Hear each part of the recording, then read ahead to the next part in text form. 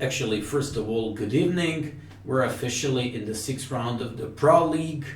Tonight's match will be a match between Montreal chessbrahs and Miami champions.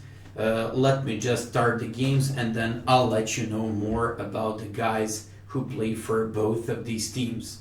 So the very first game, Sandra Pozovera, Grandmaster against Eric Hansen.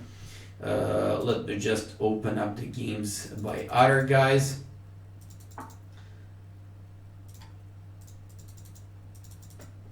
Oh, Kempsey, Robin van Kempen playing black pieces against Brian Tillis. So Robin we're going to take a look at all these games, especially the opening parts. I just want to upload all our team member games. So let me just upload all the games and then I'm going to discuss about the players. So this is Elias. Elias once again playing the same line what he used against Magnus Carlsen. More about this one after we find the fourth player of our team. And by the way, I just have all these papers here getting ready. So Uniaski Quesada against Alexander Lesiage. So we're going to find these guys and officially start with these games as well. By the way,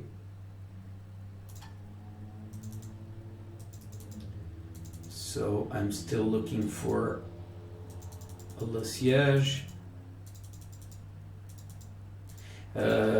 So many games started at the same time, so that's why I just need a little bit more time to upload these games.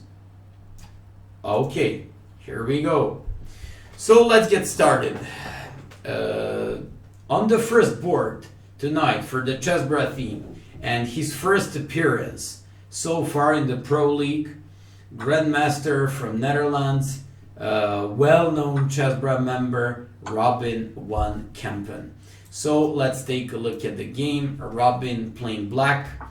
He went for, actually it started like Nimzo, but after knight f3, he apparently didn't want to play Queen's Indian, neither Queen's Indian nor with b6 nor c5 like Benoni, and he went for d5, knight c3, knight bd7, and bishop to f4. This is a very popular line lately. Almost in all top tournaments, you could see that white goes for bishop f4, and Robin decided for this very popular line with d takes c4. D takes c4, and he went for knight b6. There is one more line here. Apart from this, there is a line with bishop b4 for black and knight d5. But also knight b6, bishop c4, and we just have to stop here because Robin opted to play this position where he gave up on the center, but he actually took the bishop pair. So he played knight d5, threatening to take on f4, and after bishop g3, he threatens to take on b2. It's white's turn, so we immediately go to the second game of this match. Eric Hansen playing black against Grandmaster Vera.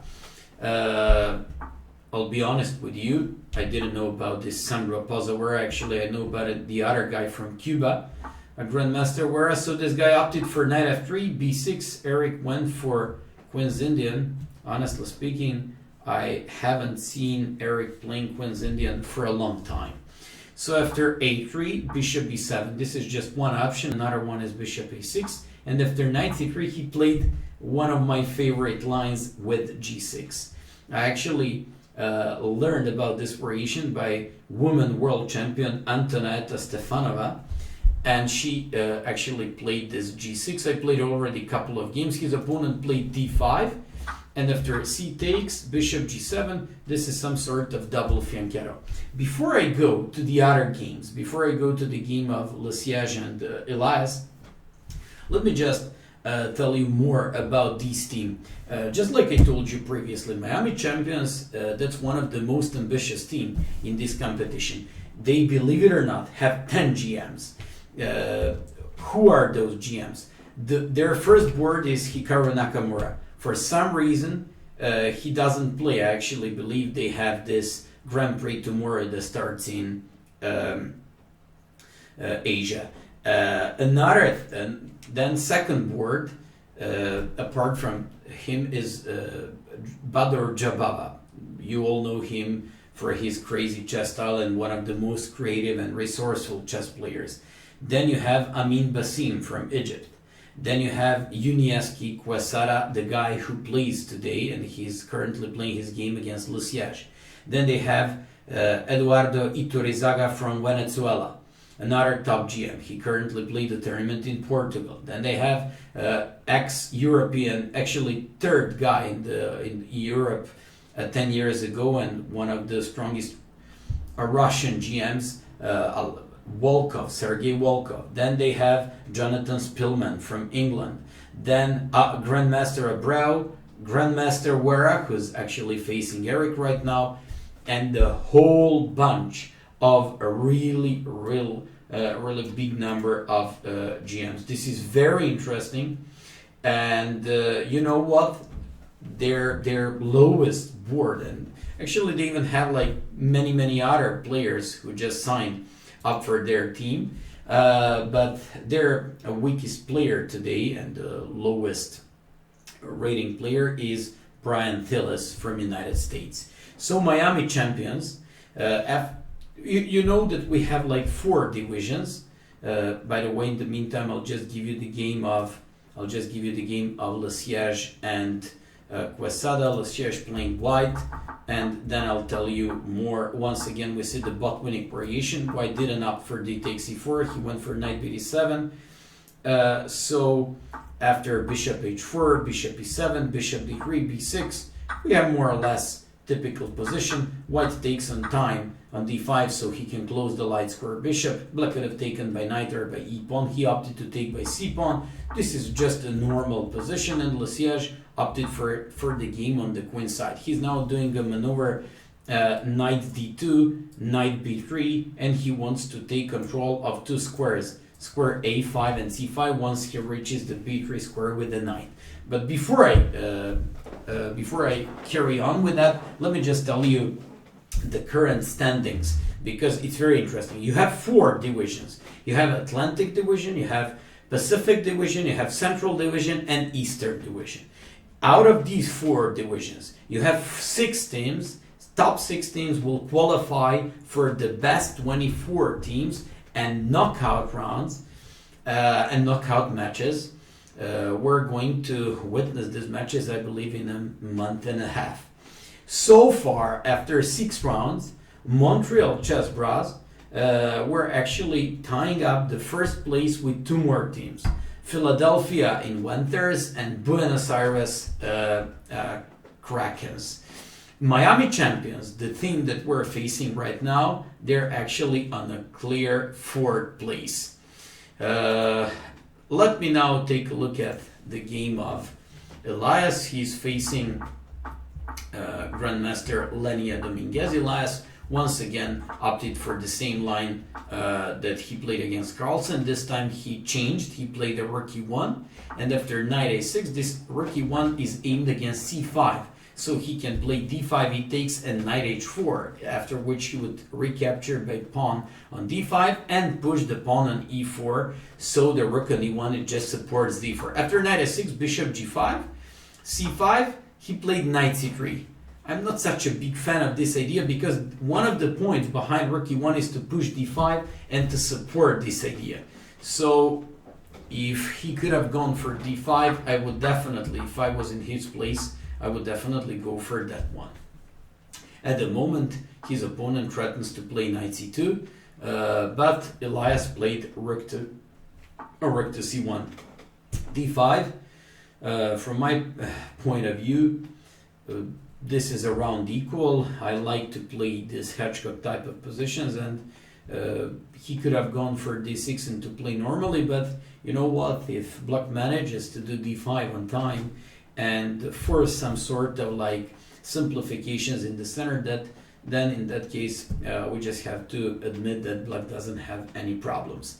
Okay, this was Elias. Let's take a look at the first board for our team. So Robin won Kempen. Once again, just because it's not the game didn't go too far, so I'll show you once again. Robin went for this line, and after bishop f4 he opted for d takes c4, grabbing the pawn, and here grabbing the bishop pair. We already saw all these moves. After bishop g3, queen b6, this is where we stopped. His opponent went for queen b3, and Robin, who has a possession of the bishop pair, keeps the queen on board, and he just wants to somehow open up the game and use the power of these bishops. After bishop e7, a3, castles, knight takes d5. I'm not a big fan of this move for white because the weakest piece in black's position, and it's the c8 bishop, it opens up. So after e takes d5, the light square bishop can go to either f5 or g4 afterwards. After queen d3, this guy Brian Tillis, he seems to like to trade off queens very much, and on the other hand, unfortunately for him, Robin doesn't like to trade off the queens that much. So after a5, he played rook e8, and this is current position. Some of you complained a little bit about these way of analyzing games. You just want me to analyze one game all the time, and from time to time to go on the other games. That way, we wouldn't be able to see all the games, all the action, even live that is happening on the other boards at the moment. So I'm not going to do that, especially after some of you actually complain and say, why don't I actually cover all the games at the same time? I spoke to the other team members, and we all agreed that we should analyze all the games at the same time, so we should follow and give time equally to all our members. Let's take a look at the other games. Eric Hansen against Grandmaster Vera. Once again, just because out of this opening curiosity, just to show you that this was the Queen's Indian with the a3 line, apart from a line where black goes for bishop a6, and that's the main one. Eric opted for bishop e7, and here definitely the main option is d5. That's the most popular line here. Another possibility could be c5, but Eric actually opted for this double fianchetto variations. So this is g6 line. d5, e takes, c takes, bishop g7, and just like I told you, I played one game against Grandmaster. Here I drew that game. This is actually known from the game. This is exactly how Kasparov played against Gelfand, c6, and after d6, Gary played at some point c5. So we're all expecting by Hansen to play c5 sooner or later to open up the light square bishop, and of course to open up the c6 square for the knight coming from b8. Of course, I guess Eric is listening to this stream, and he's actually listening to Real Master and his moves. So c5. c5, opening up the c6 square, being able to play knight c6 afterwards, and just developing his pieces. Just like I told you, this is all, I mean, this plan for black and this system is known from the Tabia game between Gelfand and Kasparov played many years ago. So far so good. I like actually black's position. Bishop c4, taking control of the d5 square and of the light squares, but we, I believe, shouldn't care too much about the weak d5 square. Exactly, knight e4, opening up the bishop on g7, opening up, getting like a better control of the e file, and of course the key e4 square in this position. If you want to say that DJ Chess Doc, once again, just put that one on YouTube and say how great I am. I'm joking. So let's carry on with this broadcast. Knight e4, opening up the bishop on g7 and just threatening the knight on c3 and the pawn on b2 at some point. Looks like he has to take on e4, in which case probably black would take by bishop and open up the possibility for the knight at b8 to be developed on c6. That's the thing. Okay, so let's take a look at the game of Le Siège and Quesada. Yuniesky Quesada, Cuban GM, very strong one. His rating is 26-36. This whole Miami Champions team is consisted of very, very experienced chess players.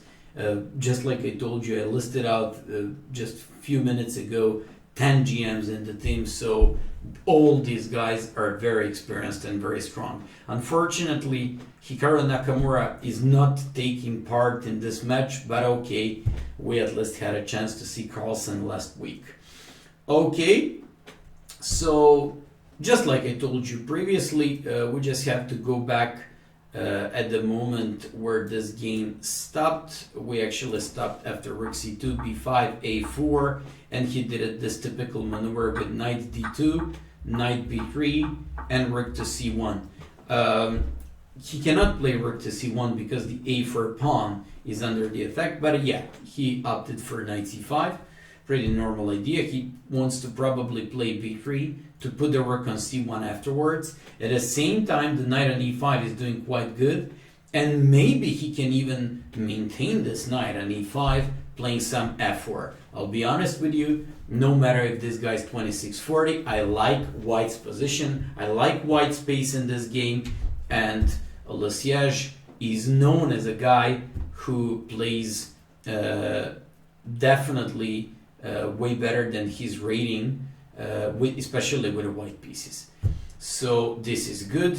We all like this position, and I believe you agree with me that white is just like slightly better here.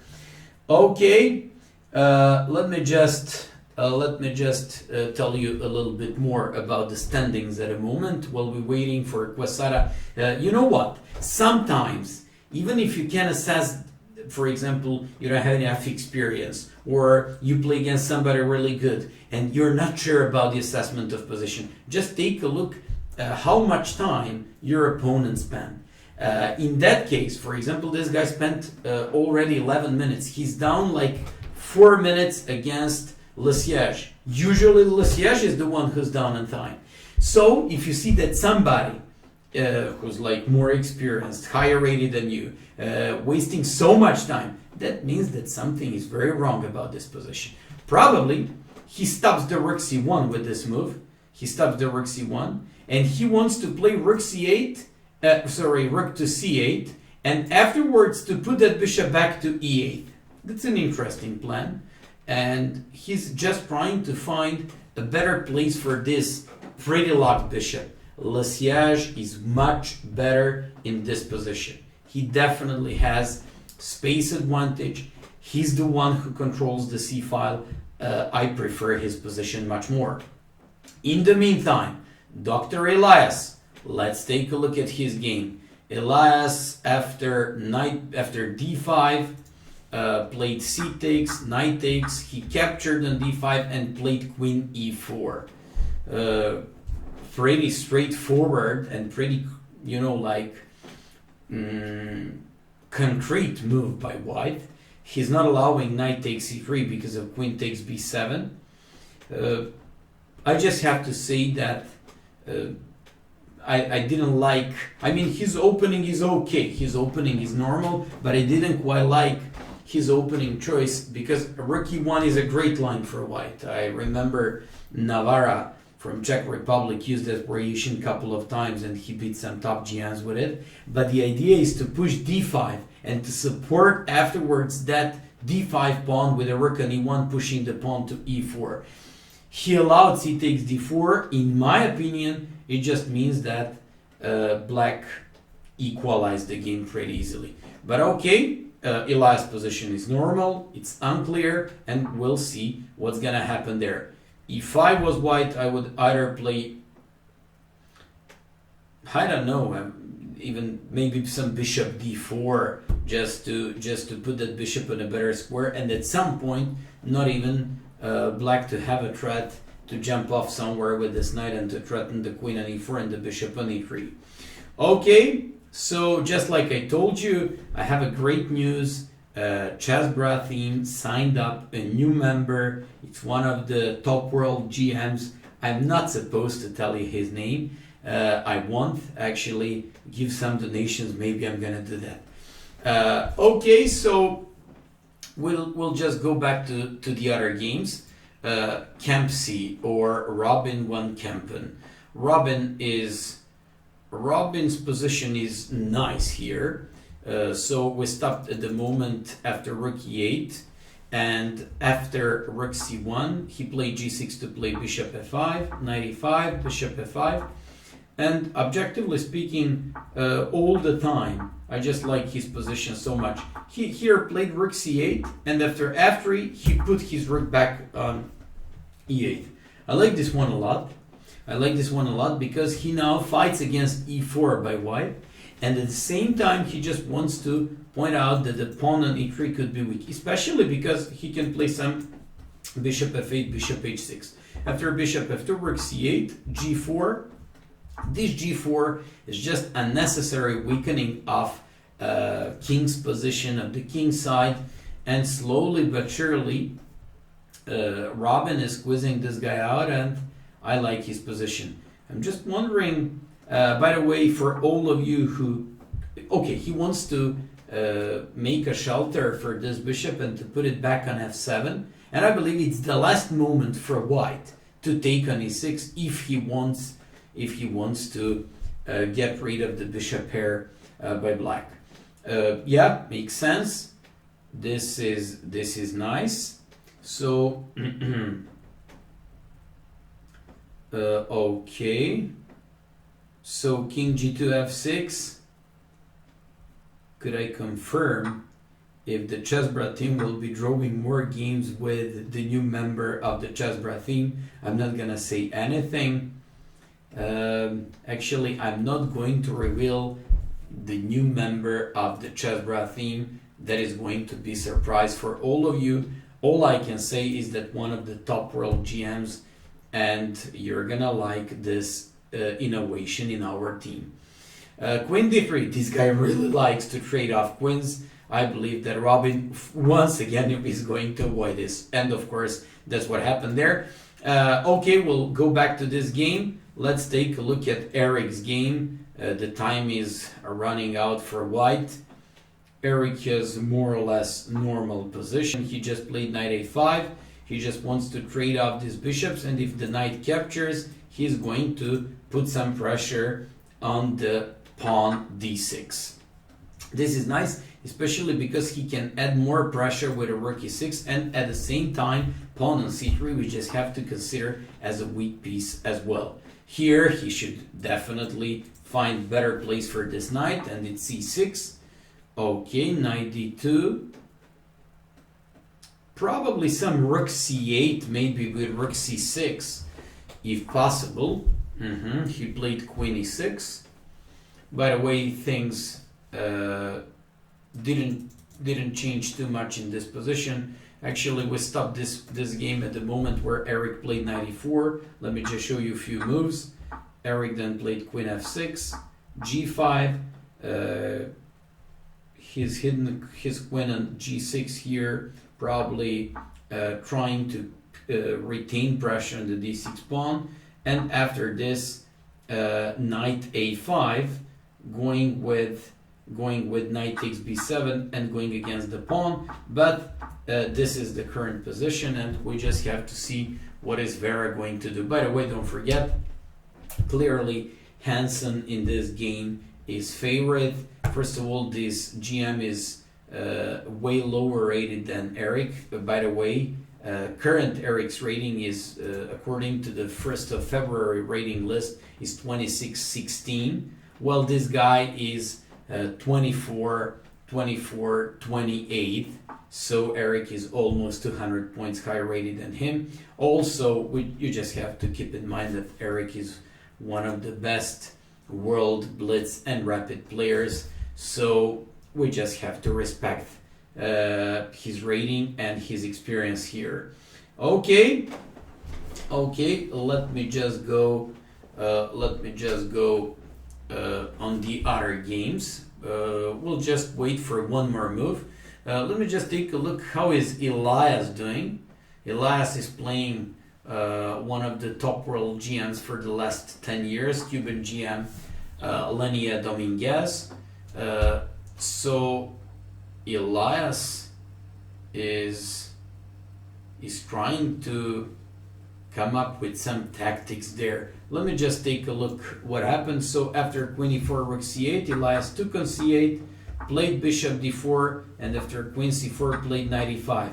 Then knight d7, rook d8, went for these mate threat, and after g6 played the queen to h3. Yeah, I also don't see what happens if this, and for example knight f6 or bishop f6. Bishop d5, but if bishop d5, black is gonna first capture on d4, and I believe he just lost a piece. We'll get back to this game, but I believe this is winning for Dominguez. So let's take a look at this position. We just stopped this position at the moment where Quesada played bishop c6. I told you that he probably wants to play bishop e8, rook c1, and definitely great position for Le Siège. Once again, I have to praise this guy for his white pieces. Definitely, he's one of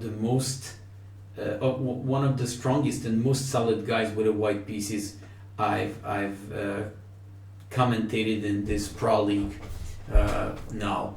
Okay, so he can now take on h6, he can play knight c6, he can play h4. I believe that he's got a wide range of possibilities here, and this is really good. He can even play rook c7. Wow, he comes up with the knight g6. What a nice tactics. This is nice. Knight takes g6, f takes g6, queen g6, king h8, queen takes h6, king g8, queen g6, king h8, bishop e5, almost checkmate because bishop f6 doesn't work. Wow, this is nice.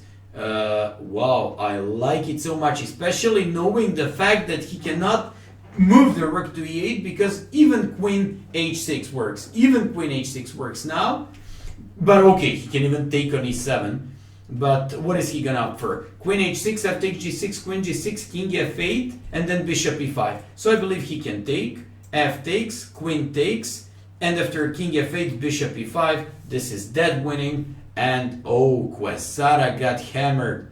I believe he's gonna lose this game in just a couple of moves. I can see knight e7, rook e7, queen h6, a simple endgame, but maybe even easier.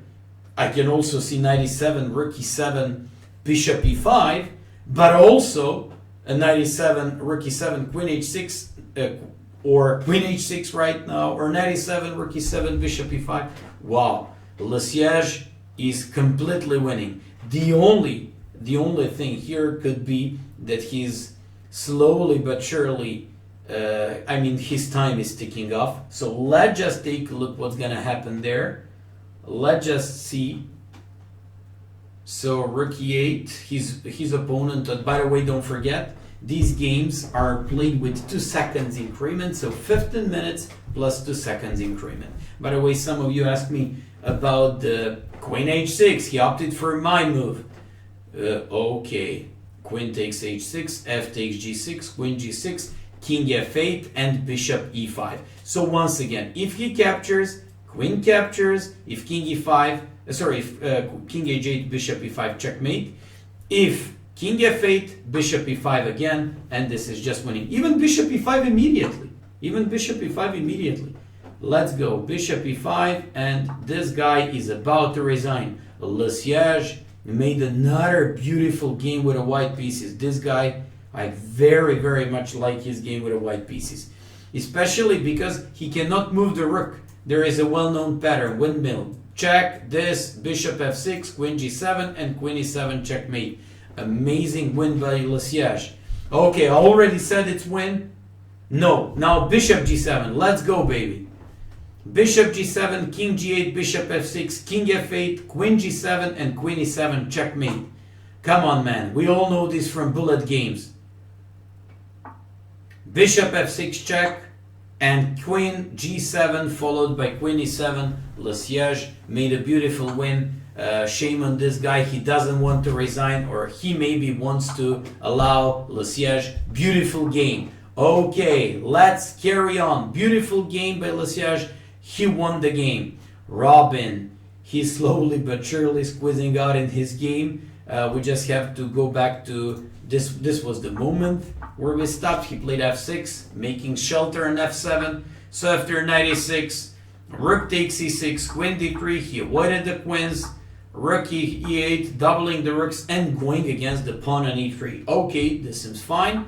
Rook goes to e2, queen d8, wants to triple his pieces. e4, defending his e4, e3 pawn, but now creating new weakness, isolated pawn. Wow, this guy offered draw to Robin. I believe Robin is going to reject that easily, and will try to win this game. Don't forget, they're just getting like 2 seconds increment. Exactly, b5. He's going to create a passed pawn, and most likely to be able to win, because a4, king e3, a3, king d2, and no one can stop this pawn. That's a good job, Robin. Robin is going to win. In the meantime, we just have to put some scores. So the first one who won the game tonight, Le Siege, won his game. Congratulations. Amazing win. Beautiful end of that game. Congratulations on that. On the other hand, we just have to see the end. Robin played b5. This guy, Brian Tillis. What is happening with these guys from Miami Champions? They don't want to resign. Say you're a better man and resign. So we'll see what will happen there. We're still waiting for his decision either to resign, or maybe he made a move. Maybe it's just my Serbian internet. Who knows? So we'll see what happens there. Eric Hansen and his position. Eric is winning there. I don't have simply time here to take a look at this. At the moves of the game. So it's Eric's turn. Eric is apparently fighting for a win here. He probably think about rook d7. Oh, probably b5 and b4. That just wins. But in that case, bishop e7. He has to play rook d7 first. It's Eric's turn. So definitely, I probably have to just once again upload these games. By the way, don't forget, Elias lost to Lenia Dominguez. Le Siege won, and now we just have to see these 2 games. So let me just take a look at the games of Eric Hansen and Robin van Kempen. So let me just see what's happening there. I'm looking for Robin's game.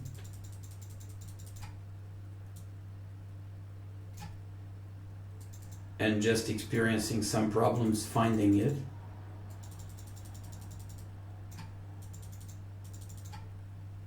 Yeah, for some reason I cannot find Robin's game. By the way, you're just looking at the beautiful mating picture in the game between Le Siege and Quesada. We'll just have to go back to these games. Once again, I'll try to find the game of Robin van Kempen and Eric Hansen. But Robin already won. On the other hand, Eric finished his game as well. So guys, we just have the results of this first round. Okay, Robin won. So probably his opponent resigned at the moment where we stopped with Probably that was the point. And we just have to see how Eric did in his game. So Eric also won. Eric, congratulations on your win. Unfortunately, we couldn't see the end of those games. So once again, Robin van Kempen won, Eric Hansen won, Alexander Lesiage won in the most beautiful game tonight, and in the first round, and Elias lost to Lenia Dominguez. Okay, guys, so we just have to wait for the games to start. In the meantime, let's just relax with some music. So after the first round, our team is in the lead 3-1. Okay, so Robin van Kempen won in that pawn endgame. He pushed the b5 and I guess his opponent resigned immediately. Eric also probably won at that time. That's okay.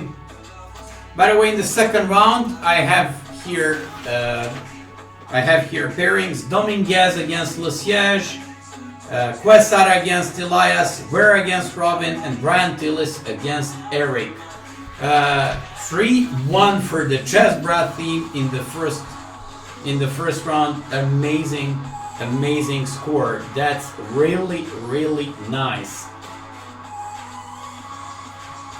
Wow, I didn't expect in the very first round chessbrah theme to lead 3-1.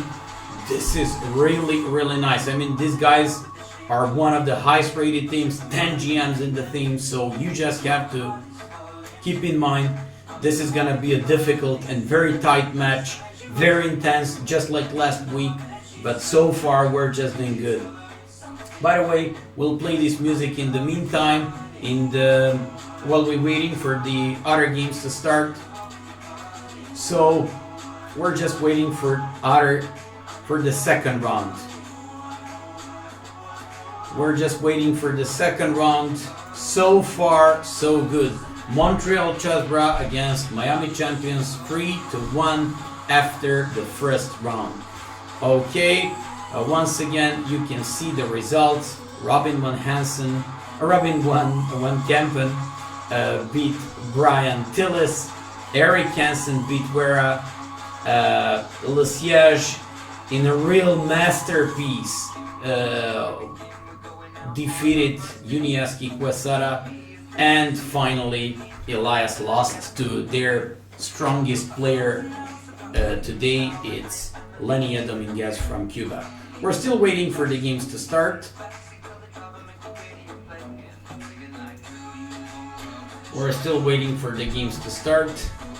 So just give me a sec.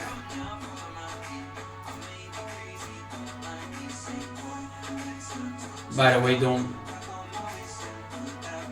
don't forget, I'll give you all the results, and I'll give you the standings. So you just have to keep in mind, Lafont tonight, he's not taking part in tonight's match.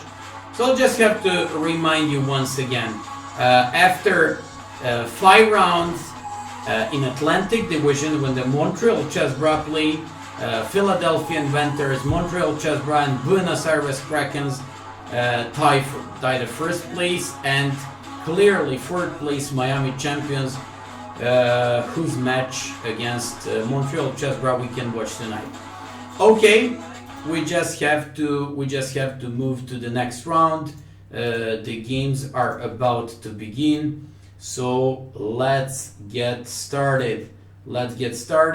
In this round, I already told you the changes.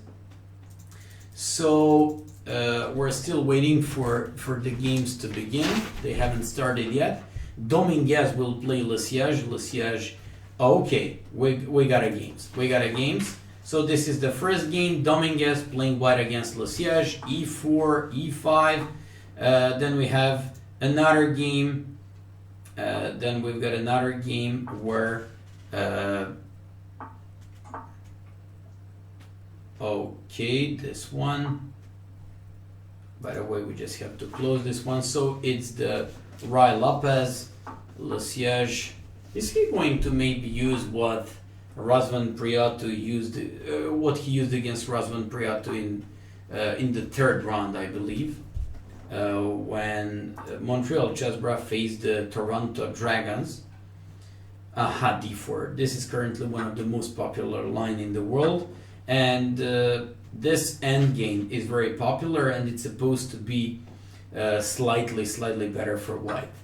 I remember analyzing some games, and it's a very simple play for white. He wants to play knight e2, knight c4, controlling the light squares. He also wants to develop that dark square bishop either to g5 or e3.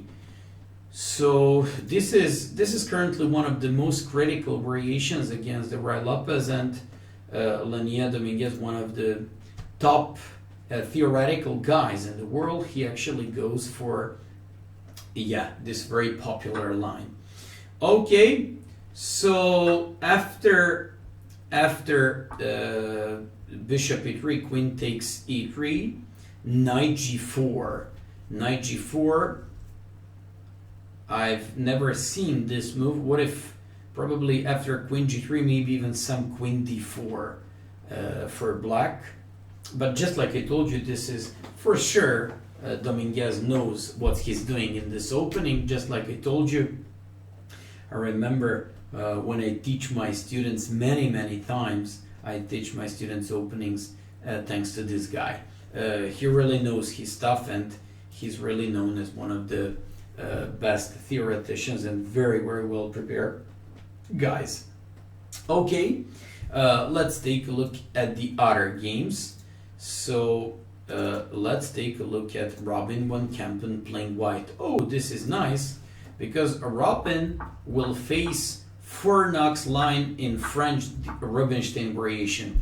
This is not a most common visitor in the top tournaments anymore. Karpov used to play this at some point like 30-40 years ago, but almost nobody plays this move nowadays. So after bishop d7, bishop c6, bishop d3, Robin opted for Ilya Smirin's most favorite variation, knight ed2. It's just one of the options. The idea by black is to go with knight c4 and eventually to stick this knight on e5 to play rook to e1, taking control of e file.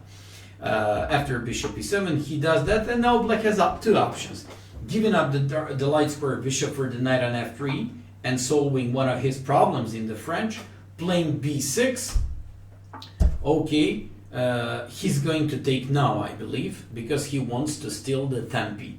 Or he can play b6. Robin definitely wants to play knight e5. I'm talking about knight going from f to e5, chasing away this bishop. And there are 2 options. This bishop could always be given for the knight, and then black to push c5, which always, these positions always favor white because of very simple development. Pawn majority on the queen side. I'm talking about knight e5, bishop f3, queen f3, for example, or knight f3 and c5. For example, you just play d takes c5, and you're always better because of the bishop here, because of the pawn majority, 3 against 2 on the queen side, so white is just better there. So once again, this was very interesting position, and the opening moves came from the French Tarrasch defense. Then Vera opted for Rubinstein, and he opted for bishop d7. I haven't seen this move played by some top GMs maybe for almost 15 years. Knight f3, bishop c6, bishop d3, knight e7, castles, knight f6. And I remember Michael Adams played against Viktor Korchnoi, knight g3 here, but Robin opted for knight e2, bishop e7, knight c4, castles, queen e2. White seems to be better, controlling the center, and we'll see what is black going to do there. Okay, he played bishop d5. He played bishop d5. Apparently his idea is to push c5 afterwards. Okay, next game. Elias playing against Quesada. Quesada is now kind of hurted, and he lost very badly in the first round against Le Siege. So he's now trying to take a revenge on chessbrah. Poor Elias. Elias We all keep fingers crossed for you, man, and you just have to hold this guy. They actually played the can opening in Sicilian, and after bishop e7, castles, queen c7. I like this position for black. Elias has a very, very normal position. Knight c3, castles, queen d2, rook e8, bishop f8. Okay, absolutely normal. This is hedgehog type of game. Black does fine. He played rook c8 so he can put his queen back to b8 and play very, very normally here. By the way, I can see in the chat room there are rumors about some guys. By the way, I already told you chessbrah team signed up a new member, and the new member of the chessbrah team is, of course, I'm not gonna tell you that. You just have to guess. You just have to come up with some donations, but I'm not going to reveal the secret to you. Okay, so rook a8 to be able to play rook b8 afterwards. So after g4, okay, g4 more or less known in these positions. Okay, so g4 with the idea g5. Let's take a look at one more game. We just have one more game that we haven't opened up. It's Eric Hansen. Eric Hansen playing white against Brian Tillis. Okay, so after Eric playing white, another guy who in this match in the second round played e6, but instead of Ken, that Elias opted against Quesada, he actually went for Taimanov. Queen c7, queen d3. Eric opted for this tricky line. Idea behind queen d3 is to play knight b5 and to go into endgame with the queen g3, trading off these queens, and afterwards playing better endgame, especially over the dark squares. So after knight takes d4, I always wondered why nobody came up with this move. Exactly. That's exactly what I was wondering while I was preparing a couple of my students in these positions. Okay, we now have one of the main lines in Taimanov defense. One of the main lines of this position. It's just an endgame. It's considered to be slightly better for white, and Eric played rook h to d1. Just like I told you, his position is a bit better. He's trying to take control of the d file. He should somehow try to just regroup his pieces on the queen side. Is he going to do that playing maybe some bishop f1, knight e2, knight e4, or maybe going with a3, and he can also kick this knight away on f6, playing g4, g5. All these moves are... Oh, I don't like this move. I don't like this move. I don't like this move. This is typical positional mistake, because Eric should play e5, what he did, and now he should play f4, and now this is terrible bishop. I kindly ask you, when you play your games, not to make such moves. This is huge positional mistake by black. Huge positional mistake, and all that white or Eric has to do in this position is to remaneuver this knight to d4. So this knight has to be on d4 right now. This bishop should probably go to d3, and he should do some sort of maybe even kingside action there with h4, h5, but maybe he should also play at some point a4. Just like I told you, I don't like this move. d5 looks, usually looks like when you play d5 in Sicilians, this is prophylaxis. He puts the pawns on the opposite color of the light square bishop, black bishop. So it's nice. I wish he had a possibility to play b3 now, but he will play bishop d3 to avoid knight c4. Black definitely wants to play knight c4. Okay, he played bishop rook to d4. I'm just interested to see what is black going to do. It stops b4. At the same time, knight c4 brings absolutely nothing to black. So this is good. Okay. This is good. Rook d4 stops b4, and eventually, you know what? He definitely has to try to push this pawn to h6, creating some mating threats and maybe actually creating an h file to be able to break afterwards there. Okay, but we'll see what will happen there. Practically, this is very difficult position for black. It reminds me on Steinitz variation in the French defense, where black closes the center end. This is the most terrible piece and the biggest problem for all French players. And once this Brian Tillis guy decided to play d5, I believe he made a huge mistake. Okay, let's take a look at Robin's game. This is exactly what I told you. His opponent played bishop d5 to play c5. Now Robin played like this, and Robin plays with the pawn majority on the queen side. I'm just wondering, what if knight c5 in this position? What if knight c5 here? Because after knight c5, he's gonna threaten two pieces at once, probably rook to d1. Queen d4 doesn't work because of bishop h7, discovered check and winning the queen. And if knight takes d3, he will take rook takes d3. Just like I told you, in pawn majority positions, you should keep trading off pieces, because trading off pieces just raise your advantage in the pawn majority positions. This is good, and I like this for white. I like this position for white.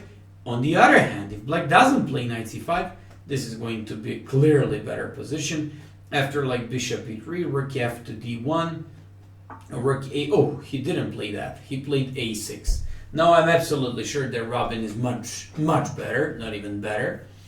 And he should develop this dark square bishop somewhere, or play rook to d1, or maybe play b3 followed by bishop b2. But first rook d1, even if he wants to do that. Also, I see bishop e3 as a possibility.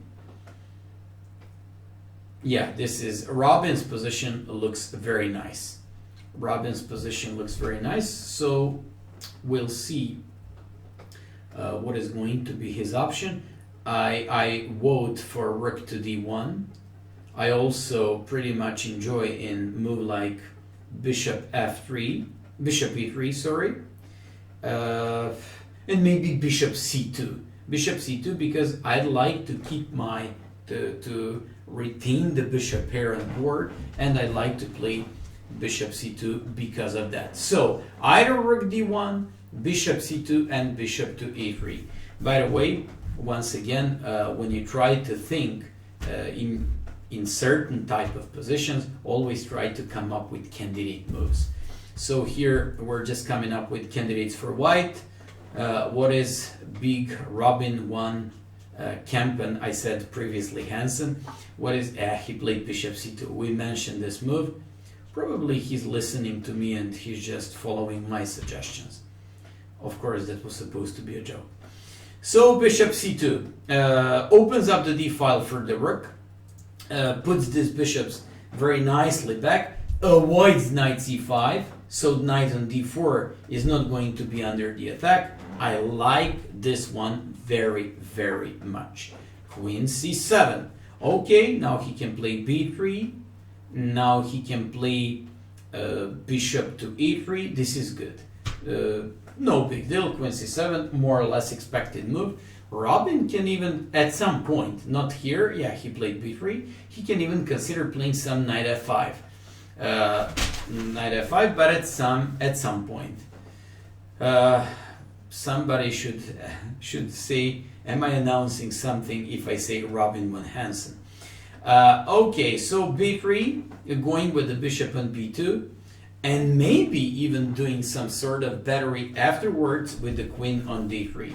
So we're just expecting bishop d6, no big deal, probably h3, or maybe even g3 to stop this. So it's Robin's turn.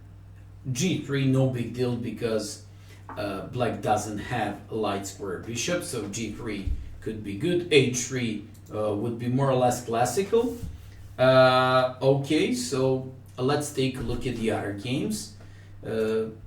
I like this one very much, and I very much enjoy in positions where, just like this, for example, this is what Erik Hansen had last week in the crucial game of the match against world champions team Norway Gnomes. So when Hammer got hammered, Erik played bishop e2. Erik played with the bishop pair. Here bishop e2, rook f to e1, and rook a to d1. That's ideal setup for white using the bishop pair. Once again, question for all of you guys.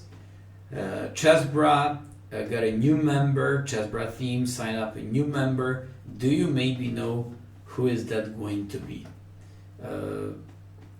In the meantime, we're just analyzing the game between Grandmaster Wera playing black pieces, playing for Miami Champions, and tonight's first board for the Montreal chessbrah, handsome, good-looking Robin van Kempen from Netherlands, 2640, and you all know, guys, Robin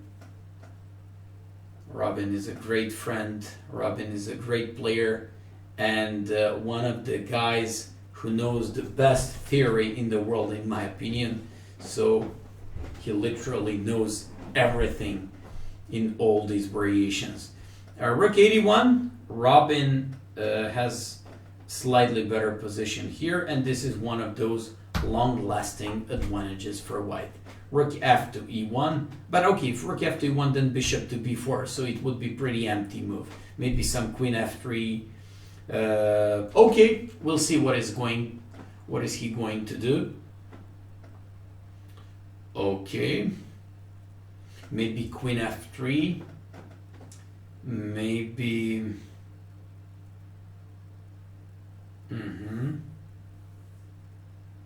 queen f3, maybe doubling the rooks with the rook to, but rook to d3, then knight c5. As far as I see, queen f3, maybe even a3 before eventually using the pawn majority on the queen side with c5. We'll go back to this game. Erik Hansen playing white. Erik is doing some maneuvering. We stopped at this moment. Erik played bishop d3. We already mentioned that. Then he tried to maneuver with this knight there, probably supporting some. Probably he was even going with that knight belongs to d4. That knight belongs to d4. Maybe even some f5 afterwards, king d2, and now he opens up the game. He opens up the game on the queen side.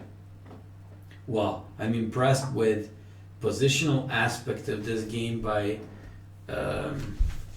Erik Hansen. I like it so much. He's going to play a3 sooner or later, opening up the a file, opening up the new front for his pieces, and at the same time knight on e3 is just doing a great job in the center. Wow, I like this. I like this whole plan by Hansen once he decided to play rook e1. I mean, it started with a rook d4 here, which stopped b4, then bishop d3, rook e1, knight d1, knight d3. What a real maneuvering by Erik. I really enjoyed this one so much. And he's supposed to play. He's not supposed to take here. Oh, he took. Why? Because black can play knight c5, knight e4. I'm afraid that black can take control of the e4 square. Why did he take? That's I'm really wondering.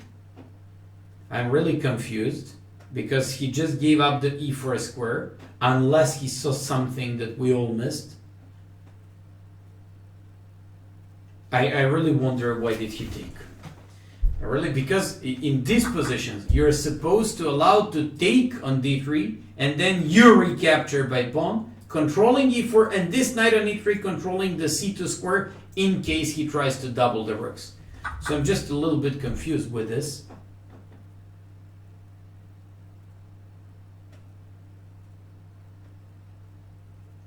I'm kind of confused. Probably a3. He has to do a3 now.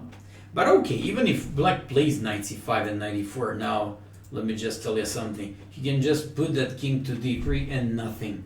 So probably he should play a3 to capture afterwards and b4 and to open his game on the a file. Anyways, I still have to admit that I would never take on b5 and allow black to jump with that knight on e4, but okay, I guess that's why Eric is GM and I'm just only an IM. So rook goes. Is he going to play b3 and a3 or a3 or maybe something else? Okay, we'll go back to this game. I'm just interested to see what Robin did in that game after bishop f8. He played knight f3 and this is a current position. Okay, Le Siège against Dominguez. Once again, these guys play the Rai Lopez, one of the most popular variations currently in the world, amongst the top GMs, d4 and this line. He played queen e2, bishop e3, trading off these pieces, queen h4. Okay, this is just a normal position. Went for the knight h5, knight f4. Ooh, I like maneuvering by Le Siège in this game. King h2, by the way, at some point he just wants to avoid knight takes h3 followed by queen f3 or bishop takes h3. And I have to say that I pretty much like the way this opening went for Le Siège. Once again, I just have to say that was really good opening preparation by Le Siège, even with black pieces and in this game. So black's position looks absolutely fine. I mean, okay, maybe white, we can just say for white that he's got like some slight advantage thanks to the open d file, or maybe thanks to the fact that pawn on e5 could be under the attack by the knight on f3, but I still dislike this position so much for black. Rook to d2. Okay, we'll get back to this game. Elias is fighting so hard. Let's take a look at this game. This was the moment where we stopped. Then Elias played g6, probably wanting to face this g5 with knight h5. So after knight d on e2, queen b8, knight g3, exactly. So now his opponent threatens g5 because he wouldn't be able to jump with this knight on h5. Knight to e5, f4, knight c6. I'm not a big fan of these moves. Usually these knights should be flexibly placed on d7 and f6, but I believe that doesn't work, because if knight d7, e5, d takes e5 and g5, and eventually this knight on d7 would be under the attack along the d file. So after f4, knight c6, knight d5. Ooh, I like this move. He actually hit this knight on f6 so bad, and now got a better pawn structure. Then traded off the dark square bishops and played the knight e4. I like white's position. White seems to be better because of the pawn structure. So look at this. Elias is facing at a moment problems. Not that he's he's under the attack, but at the same time there is another principle ongoing here. It's a principle of two weaknesses. White created like two weaknesses on b5 and on d6, and he can just go for these two weaknesses afterwards. Okay, we'll take a look at what's happening there. The real things are coming after the first round. Montreal chessbrahs, they're leading 3-1, so let's see. I can't wait to see the end games. Eric played a3. I believe the fact that he spent so much time on this position I believe it says enough for itself. So he probably isn't that satisfied with that bishop b5 move and maybe the strategy afterwards. But okay, knight takes f6. This Brian Tillis guy wants to jump on e4, but still nothing that much. A takes b4, of course. And is he gonna play b3? Is he gonna play b3 going against the pawn on b4, or do something else? That's an interesting question. Okay, so what now? b3 followed by rook a4, but not b3. In case of b3, then knight e4 and the c3 is gonna be very strongly controlled by black. So this is bad. No, it's not gonna work. Yeah, knight e4 looks pretty dangerous here. King to d3, measure of precautions. Okay, he just wants to avoid some knight e4 with check. It's normal, okay, but is he gonna play rook a4, rook a8?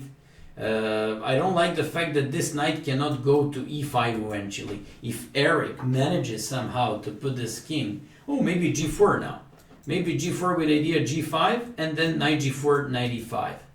That's the only way to improve this position. Let's take a look at the other games. Elias is fighting hard. Dr. Elias. Oh, d5. I like this one. He's finding some nice defensive resources. Even though his position looks difficult, most of the time he's finding something here nice. I like this one. Okay. So queen goes to g3 and threatening rook c2. Wow, I like this one. Probably at the moment when I said f5, I actually claimed how this position could be so good for white, but then I completely missed this trick. I believe this guy also missed it. But now rook c2. Wow, what happens if rook c2? What am I missing here? Because if rook d2, queen e1 check. What am I missing here? Probably queen e4, threatening both, defending checkmate, threatening rook and the knight. But in that case, just queen f2 check and knight f6. Yeah, queen e4, okay. And now queen f2, the only move for Elias, yeah. Queen f2. And after king h1, knight f6, exactly, okay.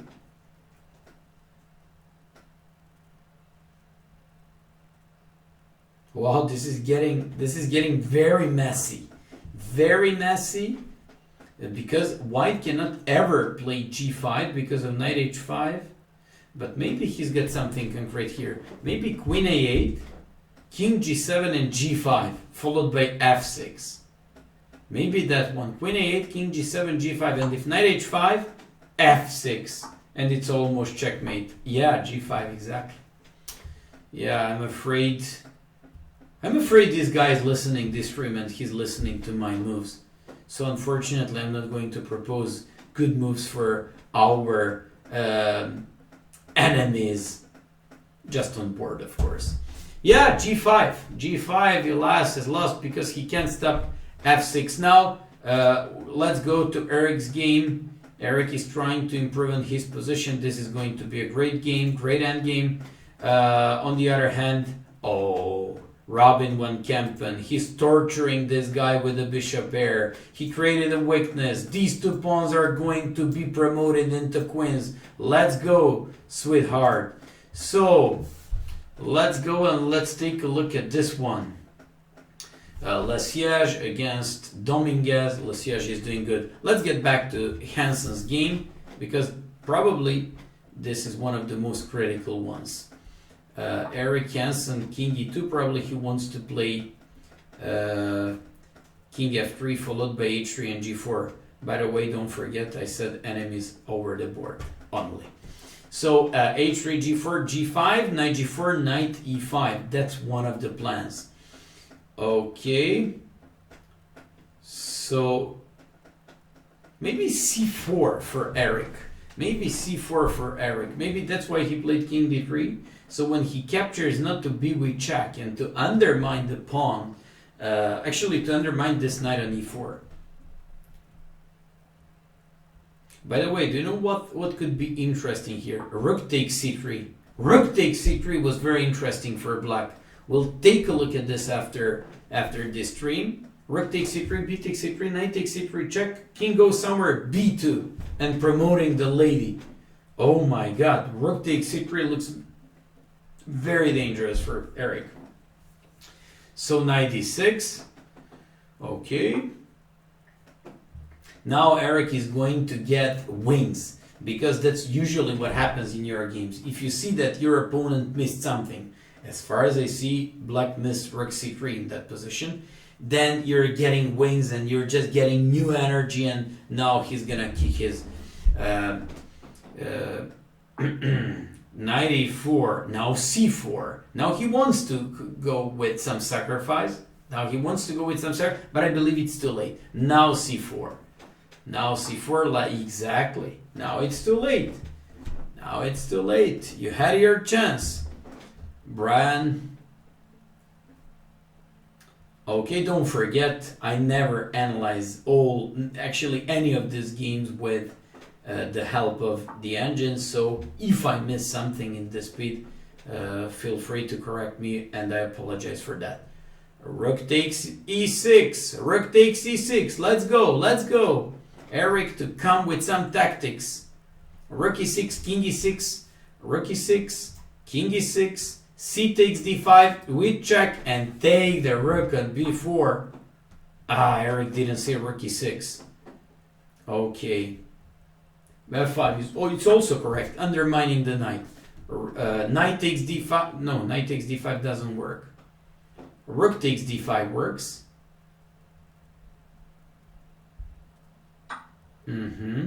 Okay. g6. What else? And now rook. Okay, he threatens knight d5 now. Oh, I don't like this move.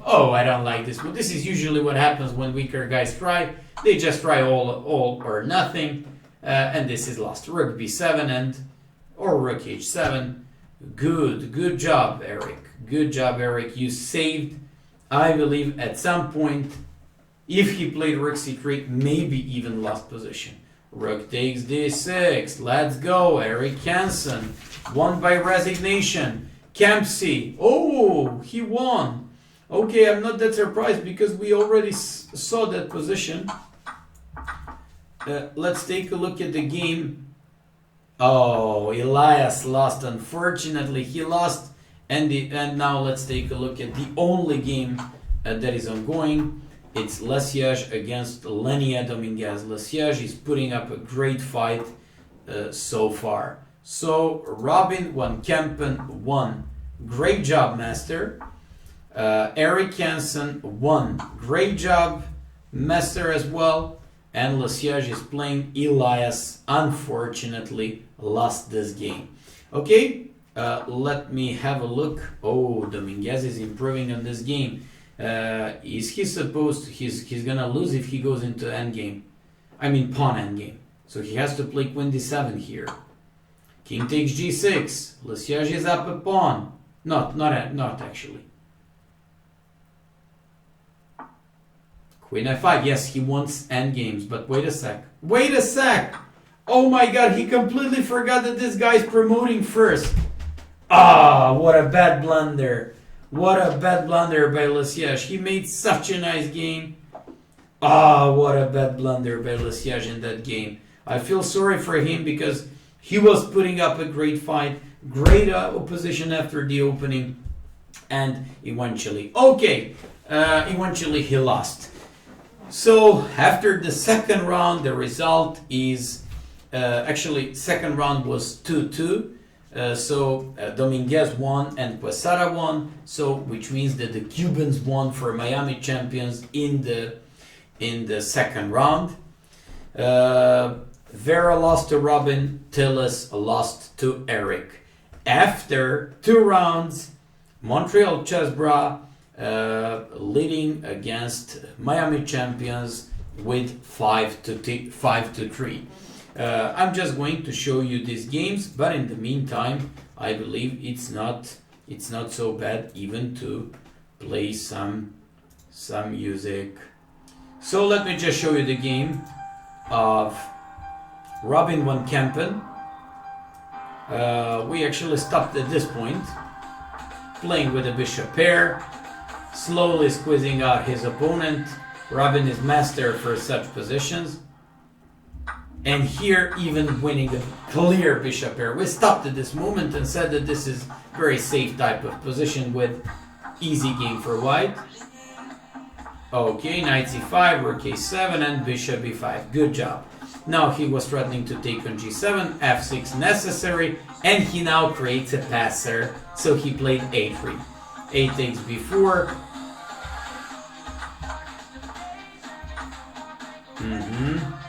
Okay, that was very nice. Not a brutal finish, but he actually managed to win. First of all, to win the bishop pair, afterwards to win the pawn, and to convert this into winning pawn endgame. Nice game by Robin. Eric Jensen won.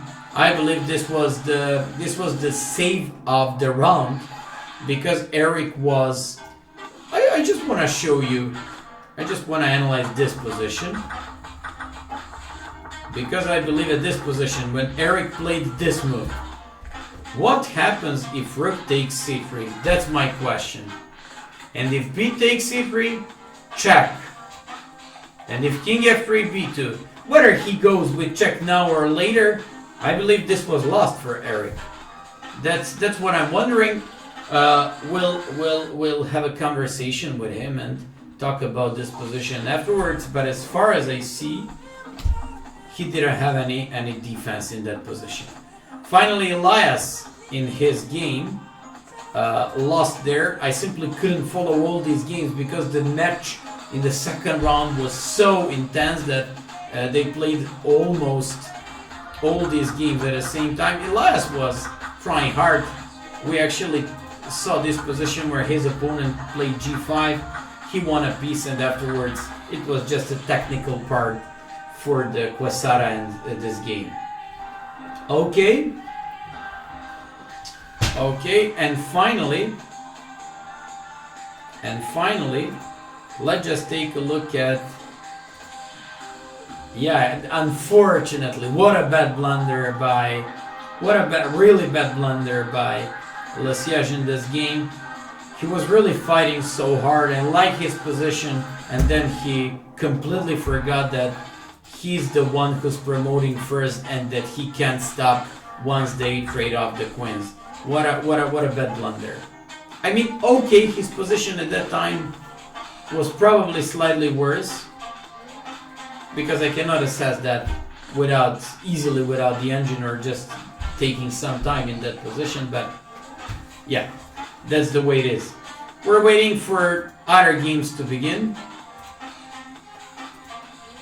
For the third round, so far Montreal chessbrahs against Miami champions 5-3. Don't forget, this is Atlantic Division. In Atlantic Division, so far Philadelphia Winters, Montreal chessbrahs, and Buenos Aires Krakens are tying for the first after 3 rounds. Will be very interesting. Miami champions clear fourth, so they have to win this match, but they're lost. They're actually lost. Okay, so let's go.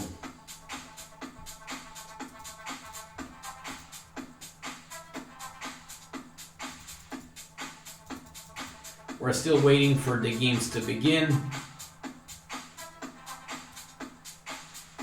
Third round games.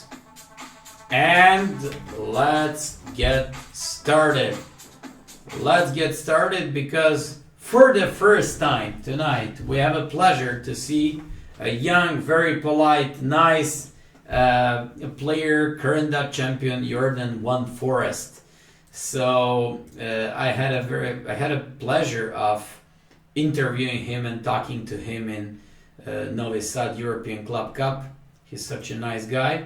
So Jordan playing white against Quesada. Jordan went for bishop c4, and this popular mix of Italian and Rai Lopez with d3.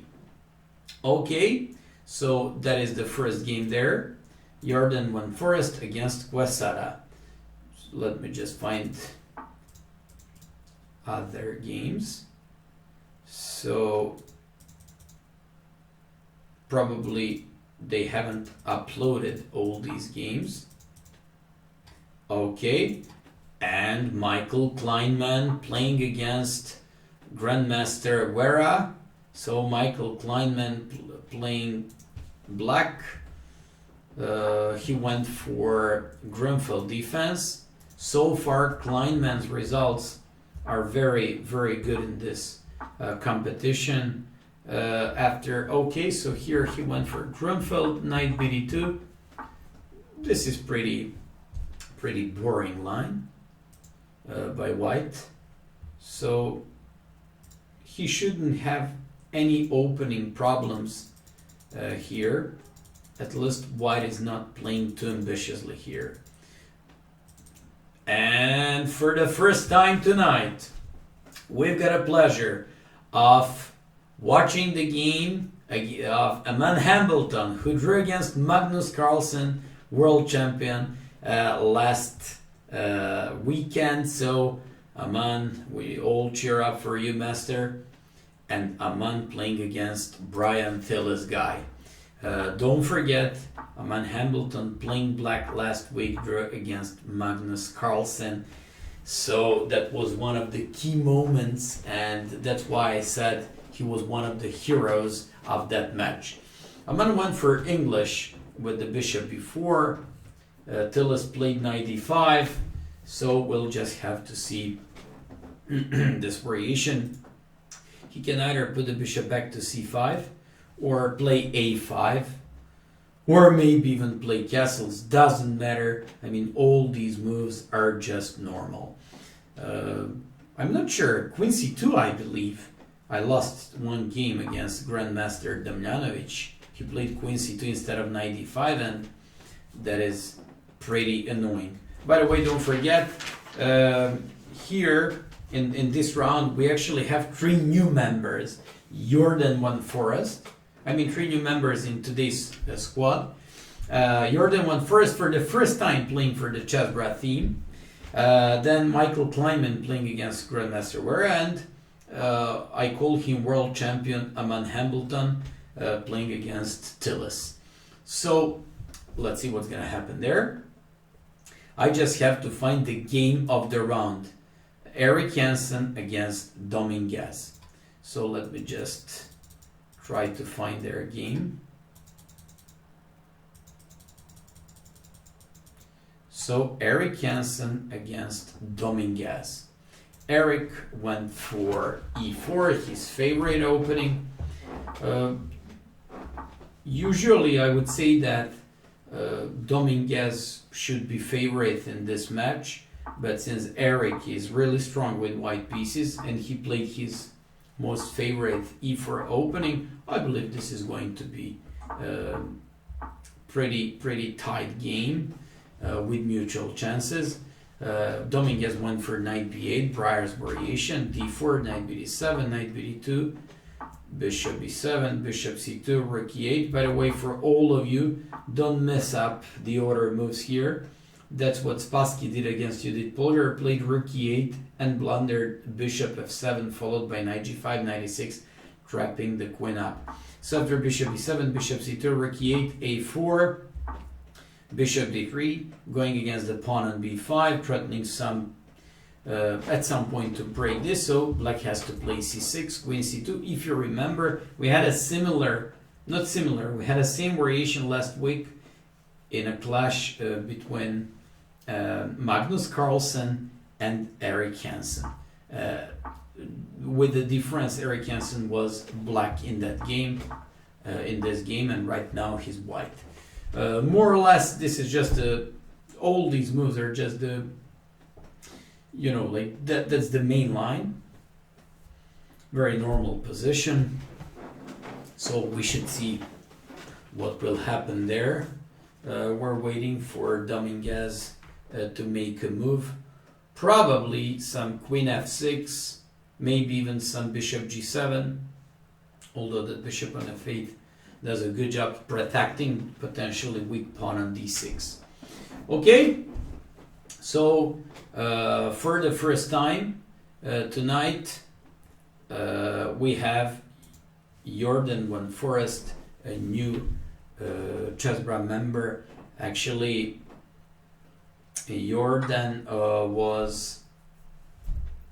was signed up for the chessbrah theme even earlier, but this is his first appearance in this pro league.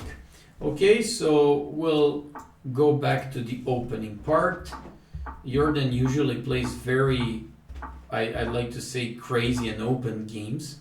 So this was just like I said previously, a mix between Italian opening and Ruy Lopez. It became very popular amongst top players because they don't want to go into preparations of Ruy Lopez, but at the same time they don't want to go into the classic Italian Giuco piano, so they just go for this one. After takes c3, Jordan opened up the f file and black tried to break it. Jordan played a5.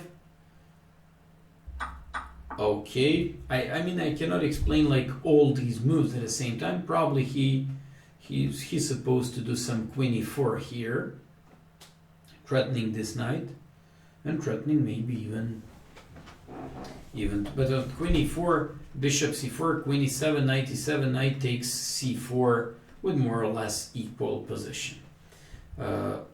Maybe even, okay, queen f2. Okay, we'll see what will happen there. So this is normal position. I'll stick with this game a little bit more because this is his first appearance for the chessbrah theme. So let's cheer up for him and let's just, you know, this guy is a very strong player, so we just have to see what is he gonna do there. By the way, I just have to congratulate to Robin van Kempen. Robin van Kempen played 2 games. He was also playing for the first time for the chessbrah theme tonight, but in both of his games he won, so that was nice. And Robin, congratulations, that was very, very nice. 2 out of 2 and the perfect score for one of the strongest Dutch players. Okay, so let me go to Hambleton's position. Hambleton's game was crazy English opening. I guess all these lines and all these moves are pretty unknown to both of these guys, as far as I know. And as far as I remember, queen c2 should be a move for white, but he went for knight e5, bishop d6, queen c2, knight takes d5, knight e7, a6. I like Hambleton's position. I actually feel this pawn on d5 could become a weakness. But I spoke to Aman before this round, and I just warned him that after he drew against Magnus Carlsen in a position and in a game where he clearly was better most of the time, just not to get relaxed now and to take very seriously his lower rated opponents. Okay, so Hambo playing black here. Position is very unclear. And let's go to Eric Hansen against Lenia Dominguez. This was position that we saw. We spoke about this one. We spoke about some queen f6, but Dominguez played knight f4, captured, and reacted in the center with the d5. Okay, so yeah, this is d5. Okay, I guess probably Eric should probably play e5 here. But you know, this d5 makes a lot of sense because it just points out how weak becomes the dark square bishop on b2. On the other hand, this bishop is also weak. This is why all chess players say, if you want to be a real chess player, if you really like grew up to play your chess on a high level, then you should start playing Ruy Lopez. But on the other hand, Ruy Lopez is really for only advanced players, and that's another advice for all of you who just wonder, should you play any Ruy Lopez as a beginners or just on low levels? No, don't do that. Play the open stuff. This is more like positional chess, and it's even difficult for me to understand most of these moves, not to mention some beginners, low rated players, even patters. Okay, so queen b1, we're just waiting for, I like this move because he wants to keep the dark square bishop and b2 open. He also wants to, I don't know, maybe at some point if black loses the tension and takes on e4 to push some d5, but more about that a bit later. Okay, by the way, don't forget, this is the 6th round of the Pro Chess League. So far, I just want to tell you the best scores. In Atlantic Division, we're tying the first place with Philadelphia Inventors and Buenos Aires Krakens, but in Pacific Division, you have San Diego Surfers. These guys have perfect score, 5 wins out of 5 matches. This is interesting because they only have two GMs, Grandmaster Alexei Drev and Khachian. Also, there is Central Division. In Central Division, Stockholm Snowballs, and finally Eastern Division, first place after 5 rounds, Delhi Dynamites. So in previous streams, you guys asked me if there are some prizes in this competition. Yes, they actually started with $10,000 and then they increased a lot. So believe it or not, now the prize fund is $50,000. For the first place, $20,000. For the second place, $10,000, and for the third and fourth place, they're actually going to tie $3,000. Finally, you have for the most valuable player, whatever that means, I don't know if that's by points or by percentage, you have like $2,500 for the second place, $1,500, and finally $1,000 for the third player, most valuable player. Finally, I have a top female, $1,000, and you have for the best under 2,600 player, $500, and they're just dropping this way to 400, 300, 200, and 100. So for the best under 2,500, 2,400, 2,300, and 2,200 players, you even have these prices. This is a very interesting competition, and considering the fact that this is the first competition of this format, that this is on the web, this is just fantastic. This is just fantastic, simply because this kind of competition has never been played before. That's one thing, and another thing, nobody knew if this is going to be that popular.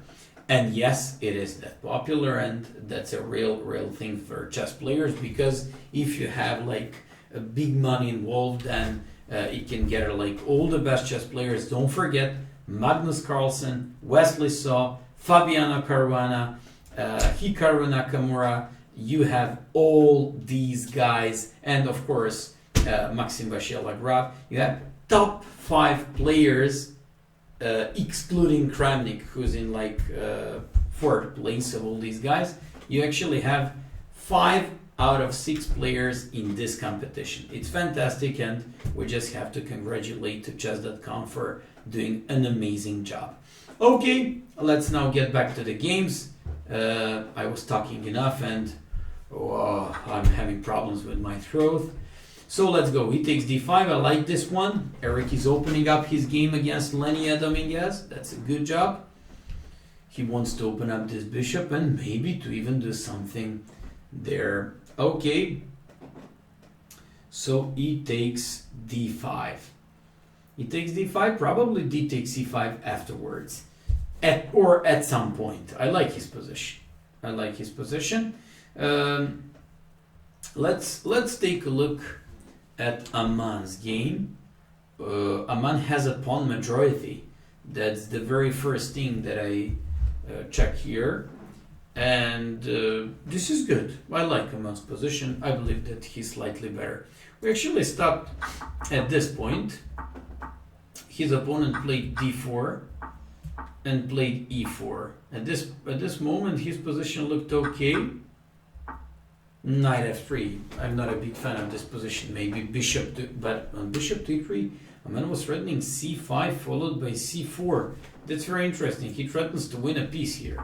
So that's why this guy played knight f3 and went into this endgame. This guy likes to trade off queens, probably going for old known and well-known rule like try to trade off pieces and to get like an easier game and just an equal position so you can get a drawback. That's a very, very big prejudice because the weaker your rating is, the worse your knowledge is about the endgames. Usually it's like that, not always, of course. Okay, so a4, fine move. I believe it's nice. This is kind of boring game. Let's take a look at Grandmaster Wera, who lost both of these games tonight against Kempen and Eric. And now we just have to see this Grunfeld game. 94 opening up on g7. Kleiman is doing fine here. a4 breaking in the center. Bishop a3. Okay. Okay. This is normal position. Kleinman is pretty fine in this game. I like his game. Kleinman so far did good. And I still remember that draw that he made against 2600 game, 2600 player in the French defense in Hembo's favorite line. Let's take a look at Jordan 1 Forest. We stopped at this position. Rook e1, bishop f1, going back. Knight takes e5, took on f4. Okay, this is nice position. I believe he's slightly better there. And okay, this is pretty nice position. So f5. Probably black is trying to push f5 at f4 and f3, but of course he just puts the knight on f3, doing some sort of blockade and stopping this f5 and f4.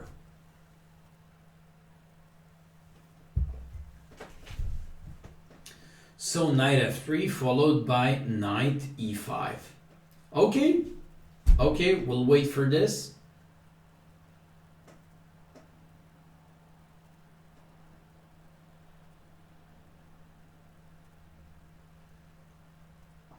So knight is willing to go on e5. I believe that Jordan's game is getting better and better here.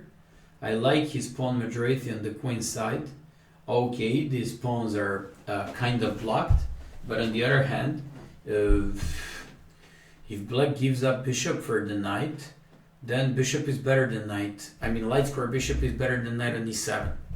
On the other hand, if black doesn't take the knight on f3, then this knight is going to come to e5 because he cannot put the knight somewhere where he's going to stop this knight of going to e5, and he won't be able to kick it off anyhow. So as far as I see, white is better here. I like his position, and I very, very much... He probably underestimated his knight f3 move. When he played f5, I guess he got too excited about his activity on the queen side, but he completely forgot about this knight f3 move. This is now easily positionally better game for Jordan 1 Forest. So let's see what's gonna happen there. Okay. Jordan is a beast. Somebody said Jordan is a great guy, very friendly, very polite, very strong chess player. He's current Dutch champion. He actually was first in European Championship when my student from Serbia, Zajic, was second. So that's how I told him that, and that's how I know him. And from the very beginning, he was considered to be one of the most talented players in Europe. Okay, knight f3, we're just waiting. Don't forget, Jordan is from Netherlands, so it's pretty late for him. I'm doing this commentary and at 2:30 a.m. for me, but it's way more difficult for him to play at this time. Quesada, we're just waiting for his move. And I believe I should refresh the games. Yes, that's exactly what happens there. Let me just do something. So this is the moment. Okay, Jordan played knight f3. His opponent captured, played bishop c2, probably to go with the bishop on b3 eventually. That's what he did, and this is current position. Okay, this looks normal. Pretty tight match. I mean, in the first round, Montreal chessbrah won 3-1, but after that, it's a pretty tight match. Don't forget, this Miami champions, they just have to win this match because they're clearly on fourth place since three teams after the fifth round in Pacific, in Atlantic Division, tying for first. Okay, so this is the game of Kleinman. We checked it up to this point. Rook d8, rook c1, bishop f6, and okay, now it's a little bit, I liked his position a little bit more before this.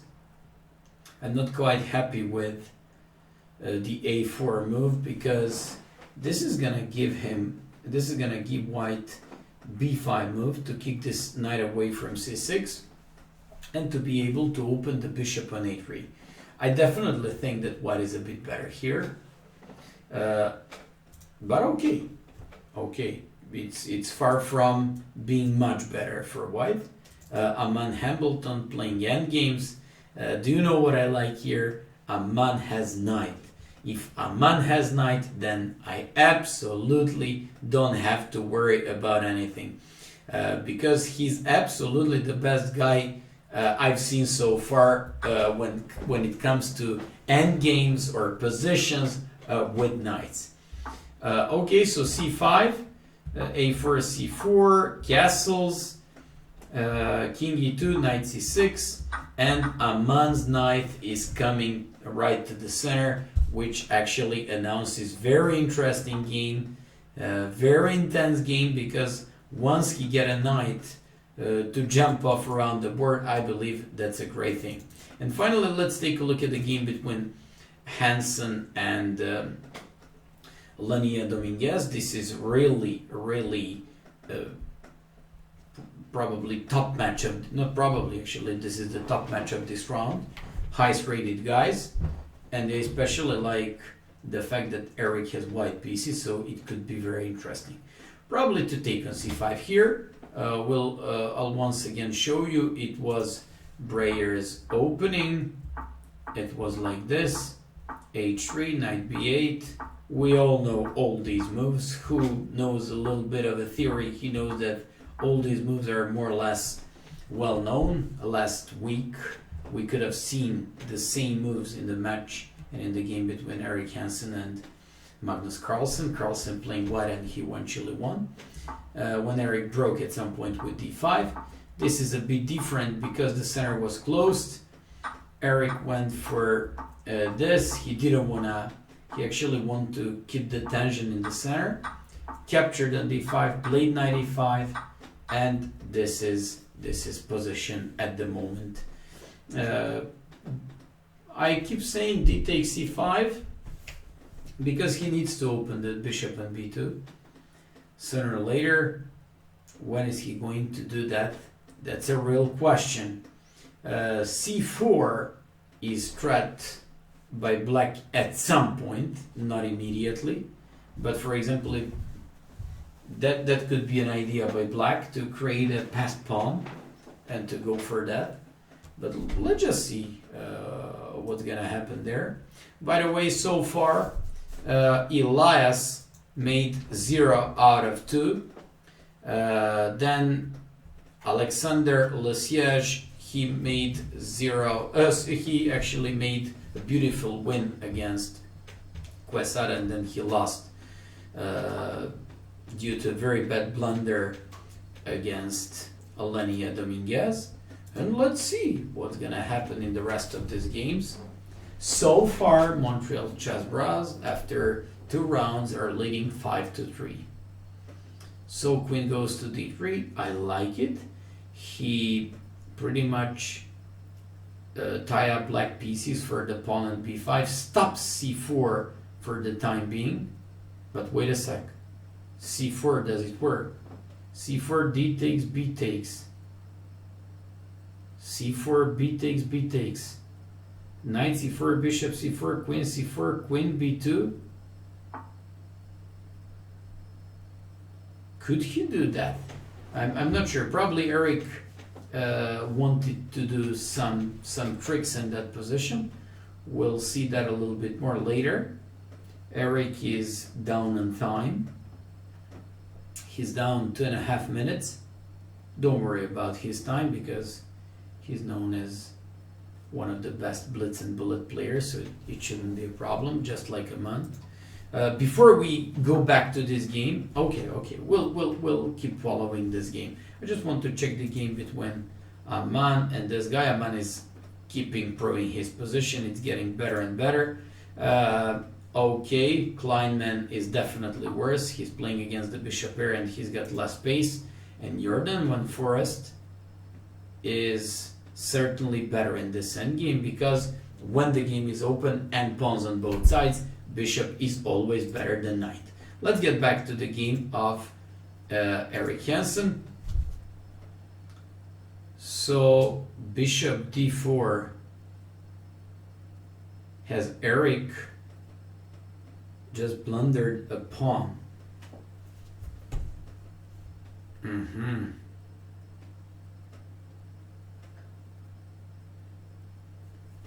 I'm afraid that he blundered a pawn here. Knight takes d4. Well, queen d3 at first glance, it didn't look that bad, but it turned out to be a very bad move.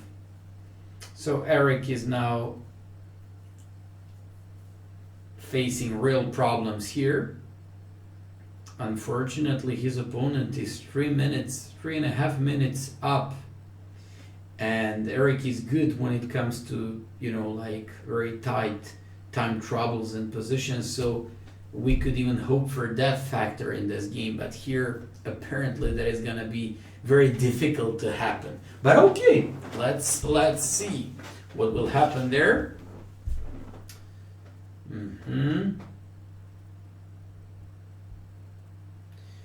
Against this player in time pressure, it's gonna be kind of difficult. This is 2750 GM, well-known player for like last 10-15 years, absolutely the best Cuban guy, playing and competing all the time in super tournaments. So yeah, he wants to play queen c6. Rook e8, simplifying the game. Oh, f3. This one cannot be good. So okay, Eric's position is lost, but he's doing his best. But I believe this is the beginning of the end. Probably queen c7 or queen d6 is enough. Oh, opening up queen on b6. Yeah, this is the end of the game because no one can stop the queen f2. and that's a win. Very strong game by Dominguez. Eric badly got outplayed in the middle game there. Okay, Aman won, so let's see what happened there, because this was the moment where we stopped there. King e2, knight c6, rook c1, rook d8, a takes, f3, Aman and his knights, knight d4 check, this one, and f5, breaking this pawn structure, bishop takes there, f takes, Aman captured, and eventually, just because he's got some open checks with his favorite piece knight, this guy resigned.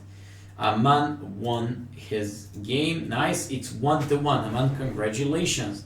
Michael Kleinman did a trick there, unless this guy wants to come up with trick. We'll come back to this game because these both guys are running out of time. Kleinman, don't take on b5, play rook h8. Good job. We should send him the wipes. Send this guy wipes. He should play like GM wipes. Okay, rook h8. Nice. The rook on b5 is trapped, and he's gonna win this rook and be able to afterwards go with this game.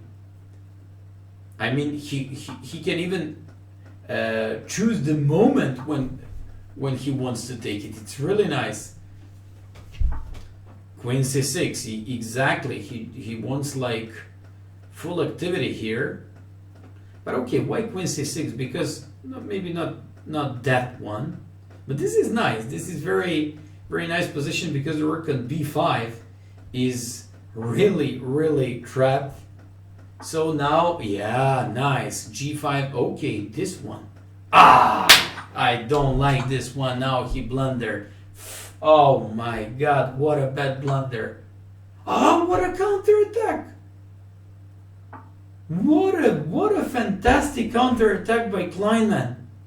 d4, oh my god, I almost thought that he lost the game. Bishop, good, great. Now he's upper. Kleinman, you're the best man.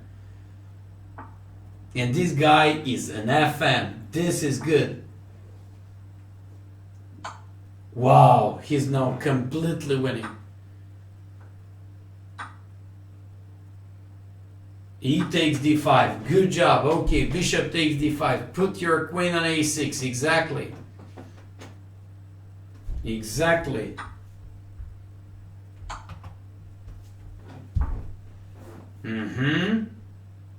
Let's go, Kleinman. You can do it. Queen b2, queen d2 and queen b2. Can you do it? I mean, he's got nothing. If you take on b2 by queen, okay, with these checks, he's just adding time on his clock. Oh, what a powerful guy. Wow, amazing maneuvering, tic-tac maneuver. Now this is completely winning. Kleinman is once again gonna win, and maybe his win is going to be a crucial game of today's match. Check. Give another check on f3. Trade off the queens and take on b2. Good job, master. That's what we want to see. Exactly. Take on f5. Yes. Let's go, babe. And Vera is going to lose his third game tonight, which means that Montreal chessbrah is going to be in the lead. Knight d4, man, and take on b5.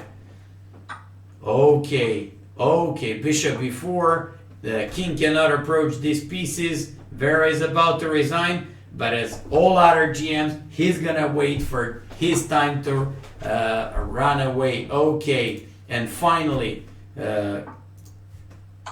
Jordan Van Forest. He's trying to save the game against Quesada. This is gonna be draw. If Jordan drew this game, this is really nice.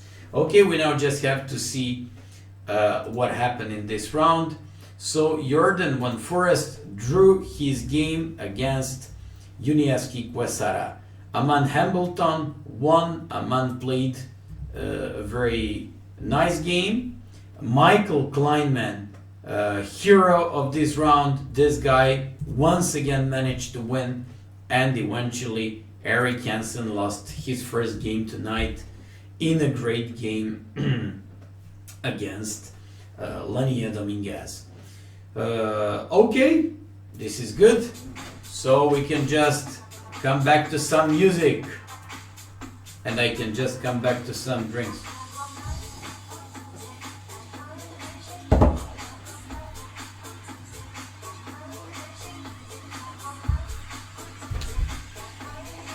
Okay, so far, we just what was the result? The result before this round was 5-3. This round we won, so it's 7.5 to 4.5, which means we only need to win one more game, and after that the match is over. Montreal chessbrah are going to win even this match. You guys have to win just one game. Don't forget, usually the last rounds are the most unclear ones because the strongest players are competing against each other. So this will be interesting. I actually put on the paper the names of the last round. Dominguez is gonna play white against Jordan Van Forest. He is slight favorite in that match. Quesada against Eric. Vera is going to play Hembo, and Tillis against Kleinman. Come on, Hembo and Tillis, we're waiting for you guys just to get some points.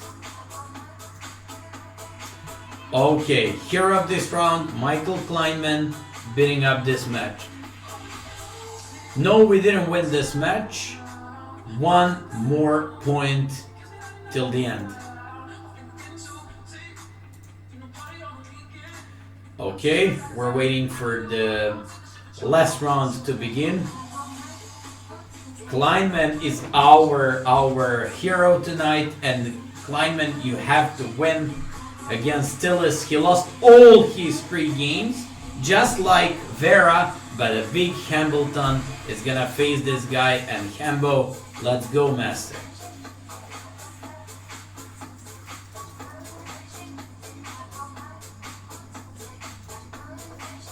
Okay, and I believe I should stop talking for a moment because I haven't stopped talking for like last couple of hours.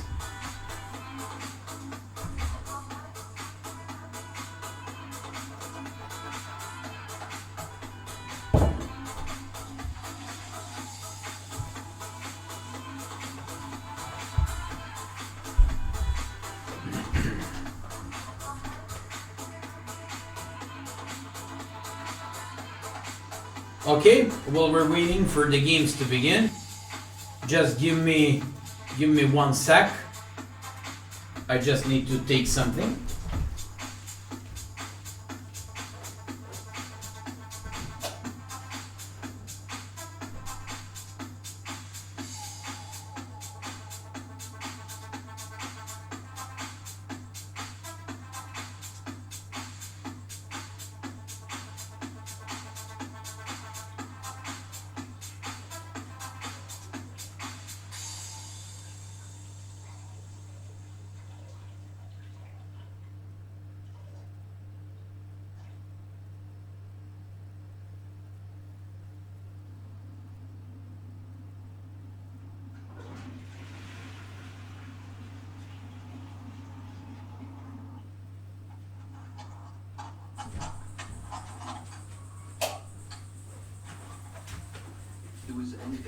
And here we go. We're about to watch the last round of this stream. The last round between the Miami champions and Montreal chessbrahs. 4th round so far, we're leading 7.5 to 4.5. So this is gonna be very, very interesting match. Okay. Okay.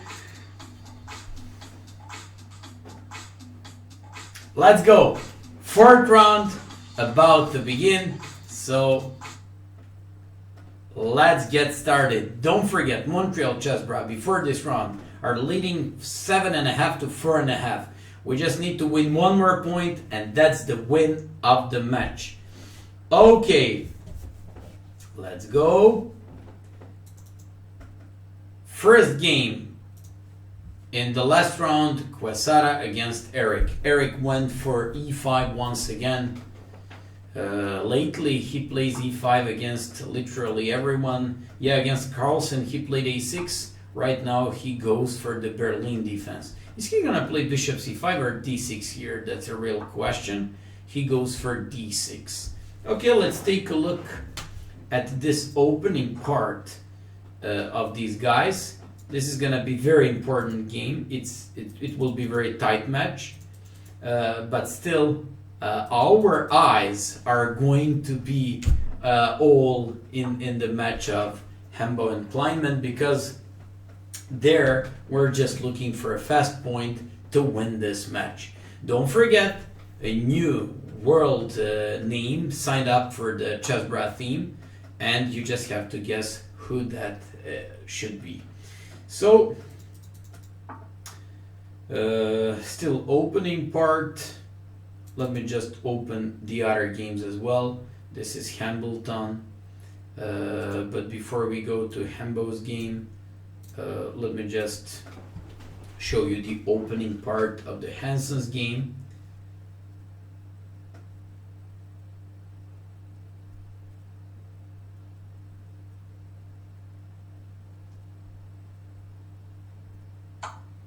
Yeah, bishop c6. It's only one of the possibilities, as far as I remember. Yeah, Carlsen played once like this, but okay, we'll go back to this game. Let me just find and open other games as well. So Kleinman against Brian Tillis. Kleinman played e4, d4, knight c3. This guy went for this. As far as I remember, its name is Czech variation, something like that. Knight f3, bishop g4, and this is nothing special for black. This is just a normal game, but okay. Don't forget, if these guys wins 3.5 to have this round, they are going to equalize the match. Winning 4-0, they're going to win this match, which is almost impossible, but I'm just telling you what the reality is. Don't forget, they have to win this match, because they, before this round, were clearly in the 4th place, because 3 teams, including Montreal, chessbrah, Buenos Aires, and one more team, the name of that team is Philadelphia and Winters, they're just tying for first. So let's go. d5, Kleinman opens up the game. Let me just find the last game, and I believe that's the game between Jordan Van Forest and the best player of Miami Champions. It's Lenia Dominguez.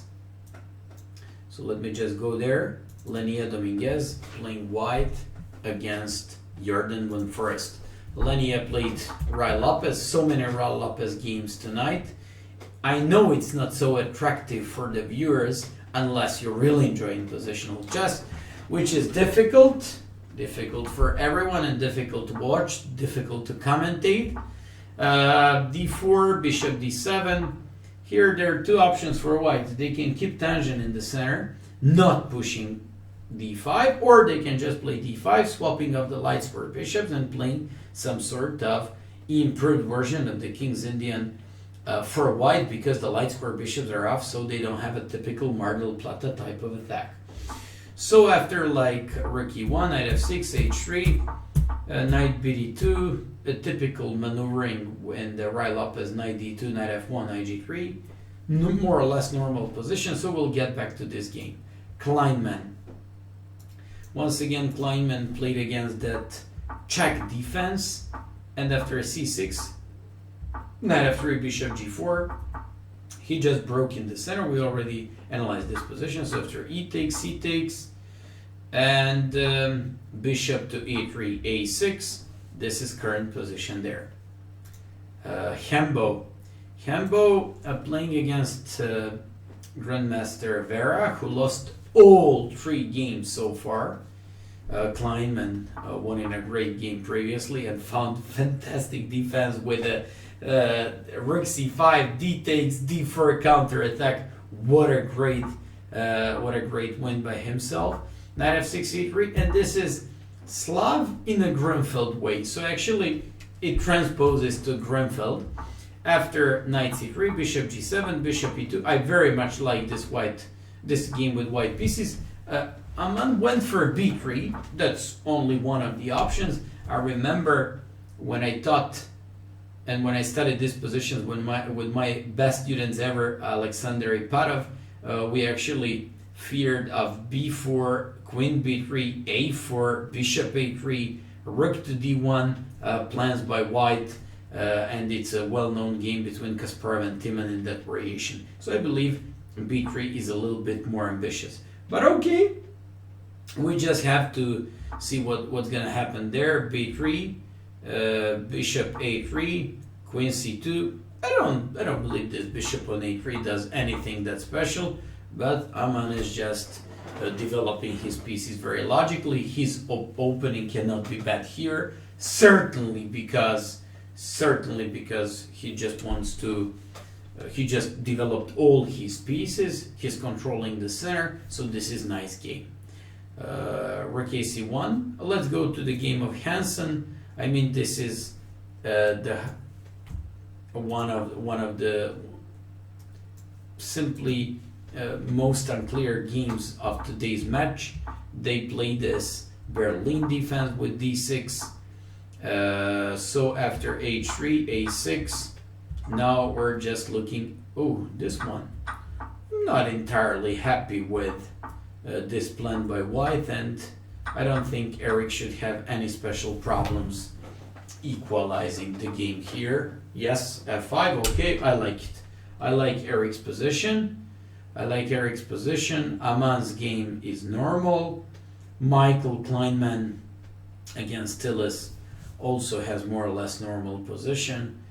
Jordan Van Forest has toughest job in this round because he's facing their Dominguez, who I believe making 3 out of 3, and he's absolutely the beast of the night. Nobody can do anything against this guy. Well prepared, great in middle games. Le Siege was doing fine against him, but he eventually blundered that promotion on a8. Let's go. Eric played f5. Let's go to Kleinman's game. This reminds me of one of the lines in Alekhine's defense. Very similar to the Alekhine defense, one of the main lines of the Alekhine defense. But this wasn't the Alekhine defense. This was Czech defense into Perk defense. This is interesting. Very, very, very interesting. So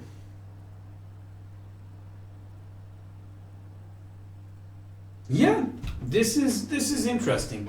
Okay, so let's take a look. Castle's normal position, a5, getting some space, getting control of the dark squares, more or less normal. This is Jordan Van Forest game. Okay, all these games are now very, first of all, you just have to keep in mind, in first round, the weakest players are always facing the strongest players. And right now, in the fourth round, you have like typical clash of the best guys. Best guys are facing best guys, and lowest rated guys are facing lowest rated guys. So this is why usually fourth round can change everything. If you remember, Montreal chessbrahs even had a big lead against Buenos Aires Krakens, but in the last round they lost, and they lost that match. So it happens. That's what you have to keep in mind. Okay, so knight h5, we're still waiting for Jordan to make a move. Let me go there. Eric's position moved for one more move. Eric played f5, this guy captured, And after bishop d2, we have this position. Like I told you previously, Eric shouldn't have any problems to equalize this game. As far as I see, this is same number of weaknesses, opposite color bishops. So Eric, this should be, he's certainly not going to have much problems in this position as far as I see. By the way, Miami champions clearly fourth after 5 rounds. Don't forget, it's the team of Hikaru Nakamura. So they have 10 GMs. Today I was just checking the members of different teams. I haven't seen, that doesn't mean that there's no team with more than 10 GMs, but I don't think that there is a team with a bigger number of GMs than this team. This is very interesting. 10 GMs, including Nakamura, including Jobava, and including some other guys. Okay, so c5, very normal position, very equal game, opposite color bishops, same structure. This is gonna be a draw. To be honest, this is by far, so far, the most boring round. This Eric's game looks very boring. Aman's position looks okay. This is the most interesting game tonight. I mean, in the second round, in the fourth round, Kleinman is trying to get some energy into these games. But Kleinman, you're supposed to beat this guy up and to close this match. And finally, Jordan Van Forest is also playing very normal position, very, very classical Rai Lopez game. And he now threatens bishop h3. For all of you who didn't see that, after this he was threatening to play bishop h3, but his opponent immediately played knight on h2, defending this knight. Now Jordan should not play g5 because sometimes the white could have some x-rays with this bishop. So that could be idea by white. But okay, he could probably go with some knight f4. And those knight f4 ideas are always dangerous because at some point they can maybe take on f4 and break with some e5. Yeah, it's really good that they all play such a boring games. But okay, just like I told you, last rounds are always the most unclear rounds in these matches. And don't forget, in the last round, you just had a fantastic game and awesome finish by Eric Hansen against Hammer. So that was very intense. And in the last seconds, we got a winner of that. We got a winner of that match. Okay. So I like Forrest's position right now. I like his position, and I can tell you one thing about him, that he likes to play these pretty unclear positions, pretty open games with lots of tactics. He never escapes and never avoids this kind of games. That's nice. That's nice. That's nice, and that's what I like there. Okay, things are not changing.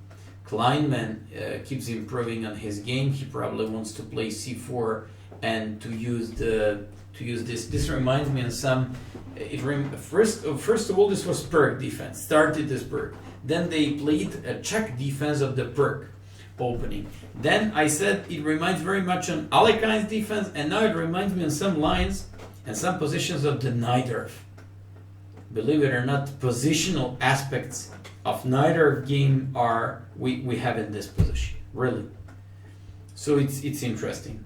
By the way, this is the last round, and so far the result is 7.5 to chessbrah to 4.5 to Miami champions.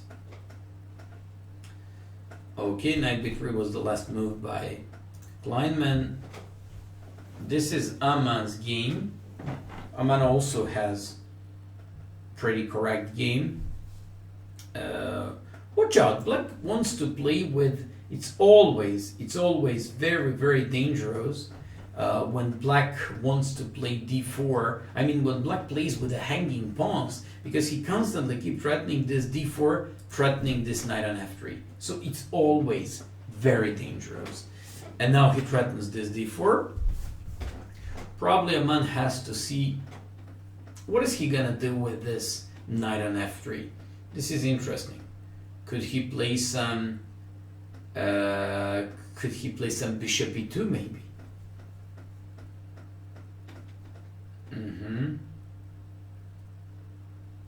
Could he play maybe something like that? Or maybe because knight a4 in this position going against this weakness doesn't work because of this counter attack by d4.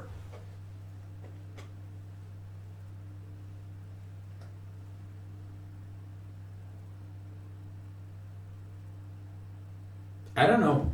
We'll just have to see what's happening there. Okay, so knight goes to a4. Maybe even bishop f1. Bishop f1. So black was threatening d4, taking on f3, and he now tries to bring his bishop around the king to defend this game. Okay, looks normal. Yeah, this looks normal. So we should see what will be the reaction by black here. I'm not exactly sure. Probably, d4 doesn't work. He takes d4. Then maybe knight d5, but c5 is hanging. That's a problem. Knight d5 usually could be a very good move for black. Trading off, usually it's not good to trade off when you have hanging or isolated pawn. But in that specific case, knight e5 would be nice because you're trading off the defending knight. But the problem is just the pawn on c5. So he just has to find a way to get rid of c5 weakness, maybe even rook. But rook on e8 stands very well. Yeah, we'll discuss about other positions. Oh la la. I like more and more position by... Wow, he just sacked a piece. So we stopped at this moment, rook a d8, bishop g4, and now played b4. He played king g8 and took on d4. What happens if bishop f4 in this position? Bishop f4, d takes c3.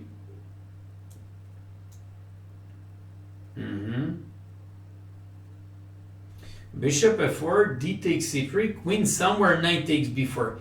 Maybe first g5 to avoid g5 by white, and then knight takes b4. This is exactly what I told you. This is exactly what I told you about him. He never avoids any complications, and if he's got a possibility to go for them, he'll never miss a chance. That's nice. So Dominguez didn't take an f4. He didn't want to take any risks, and he just played c takes d4. Okay, let's just move to Eric Hansen's game. That was one of the most boring games of this round. Eric played knight b6, improving his position a little bit, and playing bishop to b7. It's very interesting to see what if queen takes b6. If queen b6, I guess he'll go with queen a1 check, and then king h2, queen e5, and perpetual check. With this perpetual check, it should be draw. Yeah, so if queen b6, queen a1, king h2, queen e5, g3, Eric takes on e3, queen b7, queen f2, queen g2. Maybe queen b6 works for white. Maybe he just blundered something. It's interesting. Okay. Very will be very intense. Will be match full of excitements, and this is going to be a real Zeitnot. I mean, Zeitnot is when it comes to time trouble. It's a German word for the time trouble. So basically, here we'll be able to see 4 very interesting, very unclear, and games full of tension and full of complications in the last 5 minutes. So the times are just ticking away. So we just have to see what will happen there. I'm afraid that Queen B6 might work. I'm afraid that Queen B6 might work.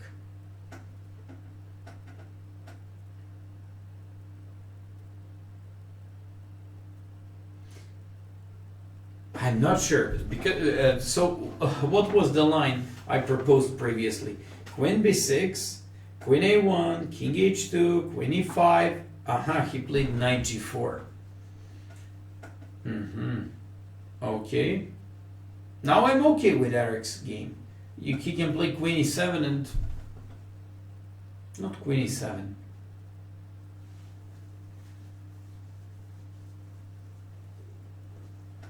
Very interesting would be to check what happens if White takes on B6, and very interesting to see.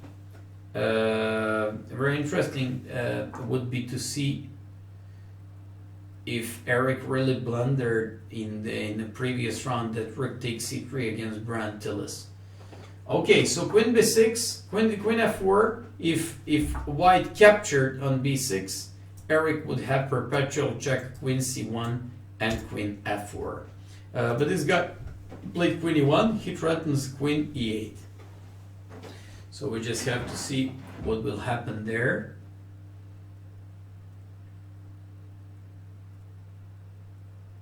Maybe even H6, just to make shelter for this king and to put that king into safety. Okay, real time pressures are coming, and it will be very difficult to follow all these games. Aman playing White, he's up a pawn, he's up a bishop pair, but he's got a potentially weak king and potentially weak pawns. Although being up a pawn, having this bishop pair in open game, I believe, even though he's got like these 3 weak, probably very weak pawns, I still like and prefers his position. So let me just show you. This was the moment of the game where we stopped. Aman played d4, he takes bishop. Evera played like this, and this is position at the moment.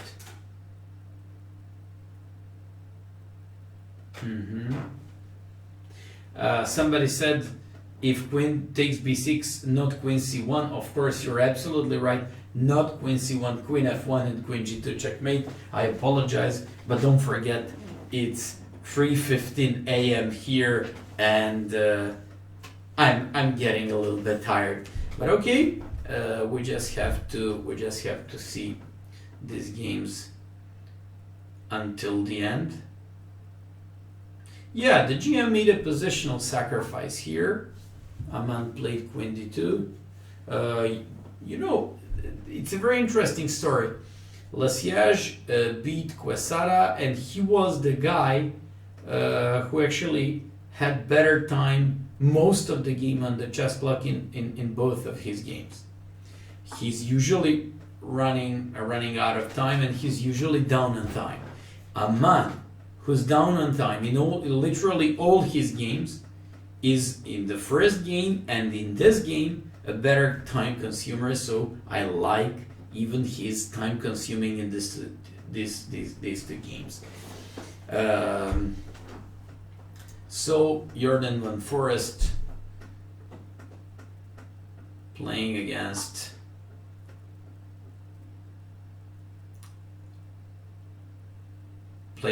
Dominguez. I believe Dominguez is doing better here.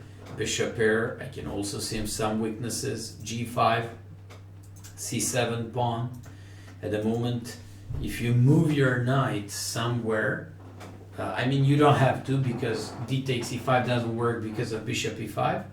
But anyways, even if you move your knight somewhere, queen c7, bishop here, open the game, I find this practically difficult for playing with black pieces. But okay, it's still not so much better for white. But white really looks better. I mean, not much better, but it's something in between, slightly and much. Michael Kleinman. Kleinman, the hero of the chessbrah theme, I believe that he's just about to win this one. Kleinman threatens to win a piece, he threatens check. Good master. That's what we want to see there.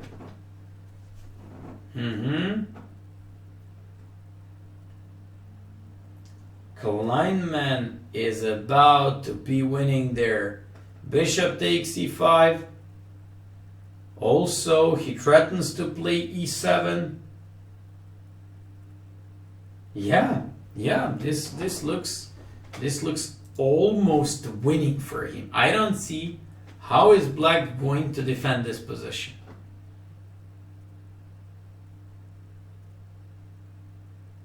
I don't see how is he going to defend this position. Kleinman is complete killer.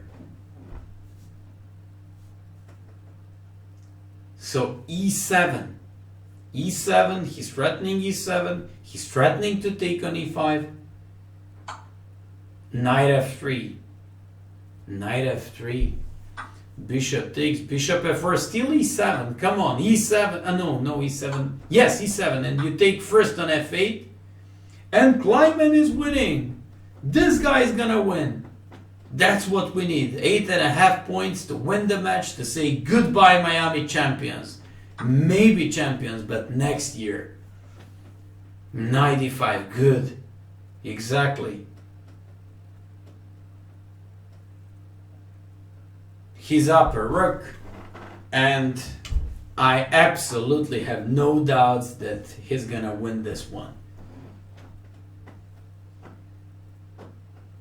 f4, good job.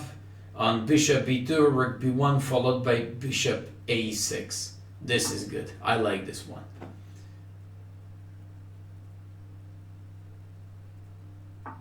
Yeah, this is good. So he should now play. Okay, I mean, let's just go to some other games, because this looks completely winning for Kleinman. So far, Robin van Kempen made perfect score tonight. 2 out of 2. Eric Hansen so far 2 out of 3. Van Forest half point out of 1 game. Lesiege 1 out of 2. Hambleton won 1 game out of 1 game. Kleinman won, and he's gonna look like he's going to win another game. Elias lost both games, but don't forget Elias played against real beasts tonight. Okay, rook d5 threatens an f5. Wants to double these rooks. This is good job. Why black doesn't resign? I have a feeling that the whole Miami champions team have a very bad habit of they don't like to resign. They simply don't like to resign, and they play until you mate them. So let's mate them, Kleinman.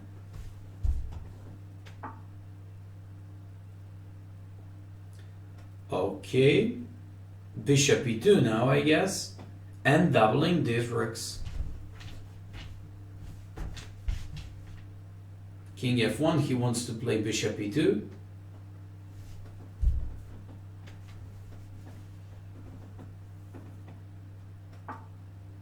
Yeah, I guess Nakamura affected them so much, and I believe they're taking everything from him.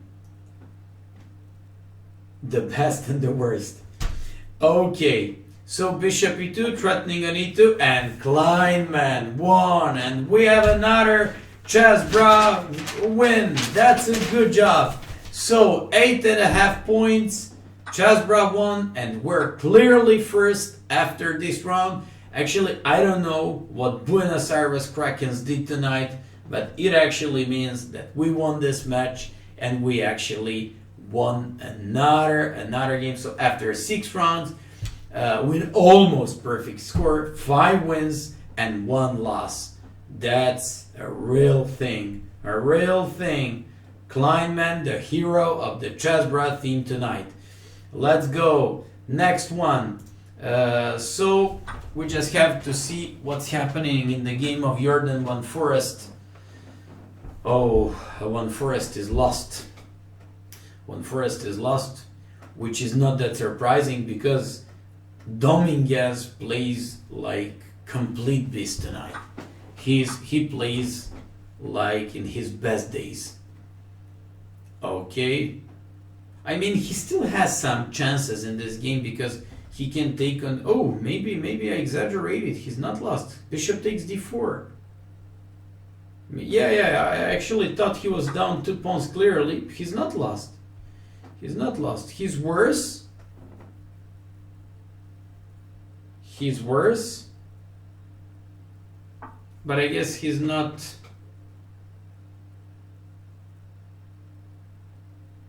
If queen g4, queen d8.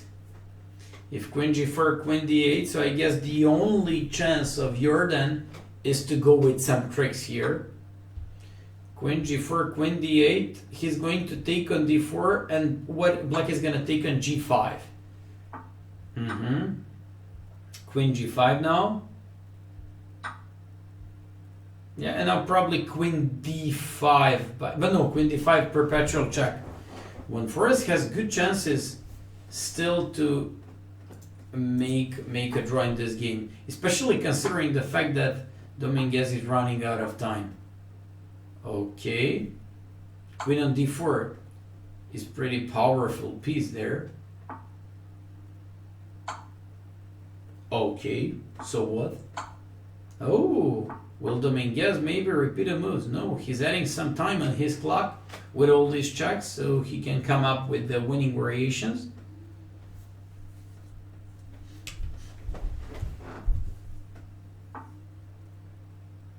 A man lost. Somebody said that a man lost. We'll take a look at his game, but I told you that I wasn't... okay, his position was better. Maybe his pawn structure was broken and he had a bishop here, but his position was still slightly better. But we'll see what happened in their game. King e7, okay. Jordan is holding this position pretty nicely. This is strategy. Let me give you a couple of checks so I can add some time on my clock. King e7 again. King e7, exactly. Keep repeating the same position. Queen, I was about to say queen h5, but queen h4 that. Wants to play queen h5 now. Oof. Weakening king, but at the same time wants to go with this king like this. Oh, g5. I like this move. Looks pretty tricky. Getting there. Queen f3 check. If king h4, queen f2, and king... Oh, this is draw now. Queen f2. Queen f... Oh, no, it's not draw. Yes, it's draw. Queen f2, king h5, queen h2, and if queen h4, queen e5 check, and this is draw. So let's see, he's surely taking time to calculate everything properly, and now it's draw. Nice, g5 was a great move. I like it so much. Oh my god, what a move. That's why he's the Dutch champion for this year. Okay, give him check, queen h8, and then queen d4. Queen e2. Aha, he found this one. Queen h2 now, and now queen g4, and if king h6, then what do you want to play? Aha, he's got this one, and if check, king h8. Oh my god, what a crazy game. Don't tell me that he doesn't have any good checks here.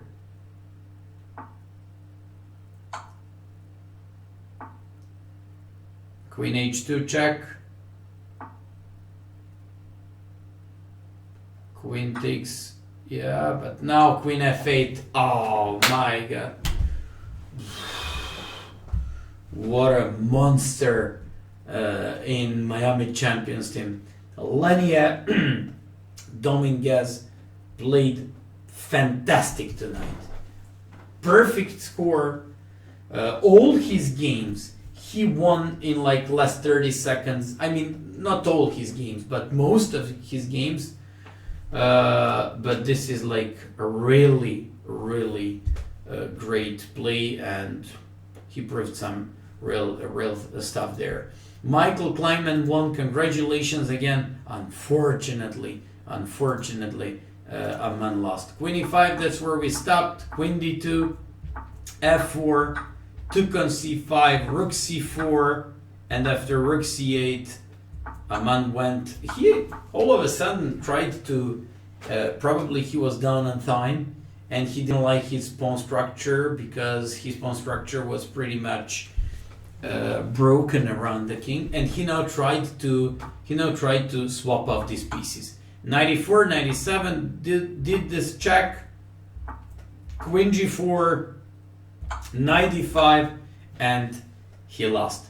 And finally, let's take a look at Eric Hansen. Good. He won the game. Eric, congratulations. Let's take a look at his game. We'll take a look at the whole game because the match is finished. So I'm just going to, before we check Eric's game, I'm just going to remind you, Eric, first of all, Kempen, who joined the chessbrah team and played for the first time, made perfect score, 2 out of 2 tonight. Eric Hansen made 3 out of 4. Great job. Jordan Van Forest made half point out of 2 games. Le Siege made 50%, 1 out of 2. Aman Hambleton made 1 out of 2, 50% as well. Kleinman, hero of the chessbrah theme tonight, 2 out of 2, perfect score for this guy. And Elias, unfortunately, lost both games, but I once again have to repeat, he played against Quesada and Dominguez, who killed everyone tonight. So that actually means that Montreal chessbrah won once again their match, and 9.5 to 6.5. Another great win, another great match. That's really, really something. By the way,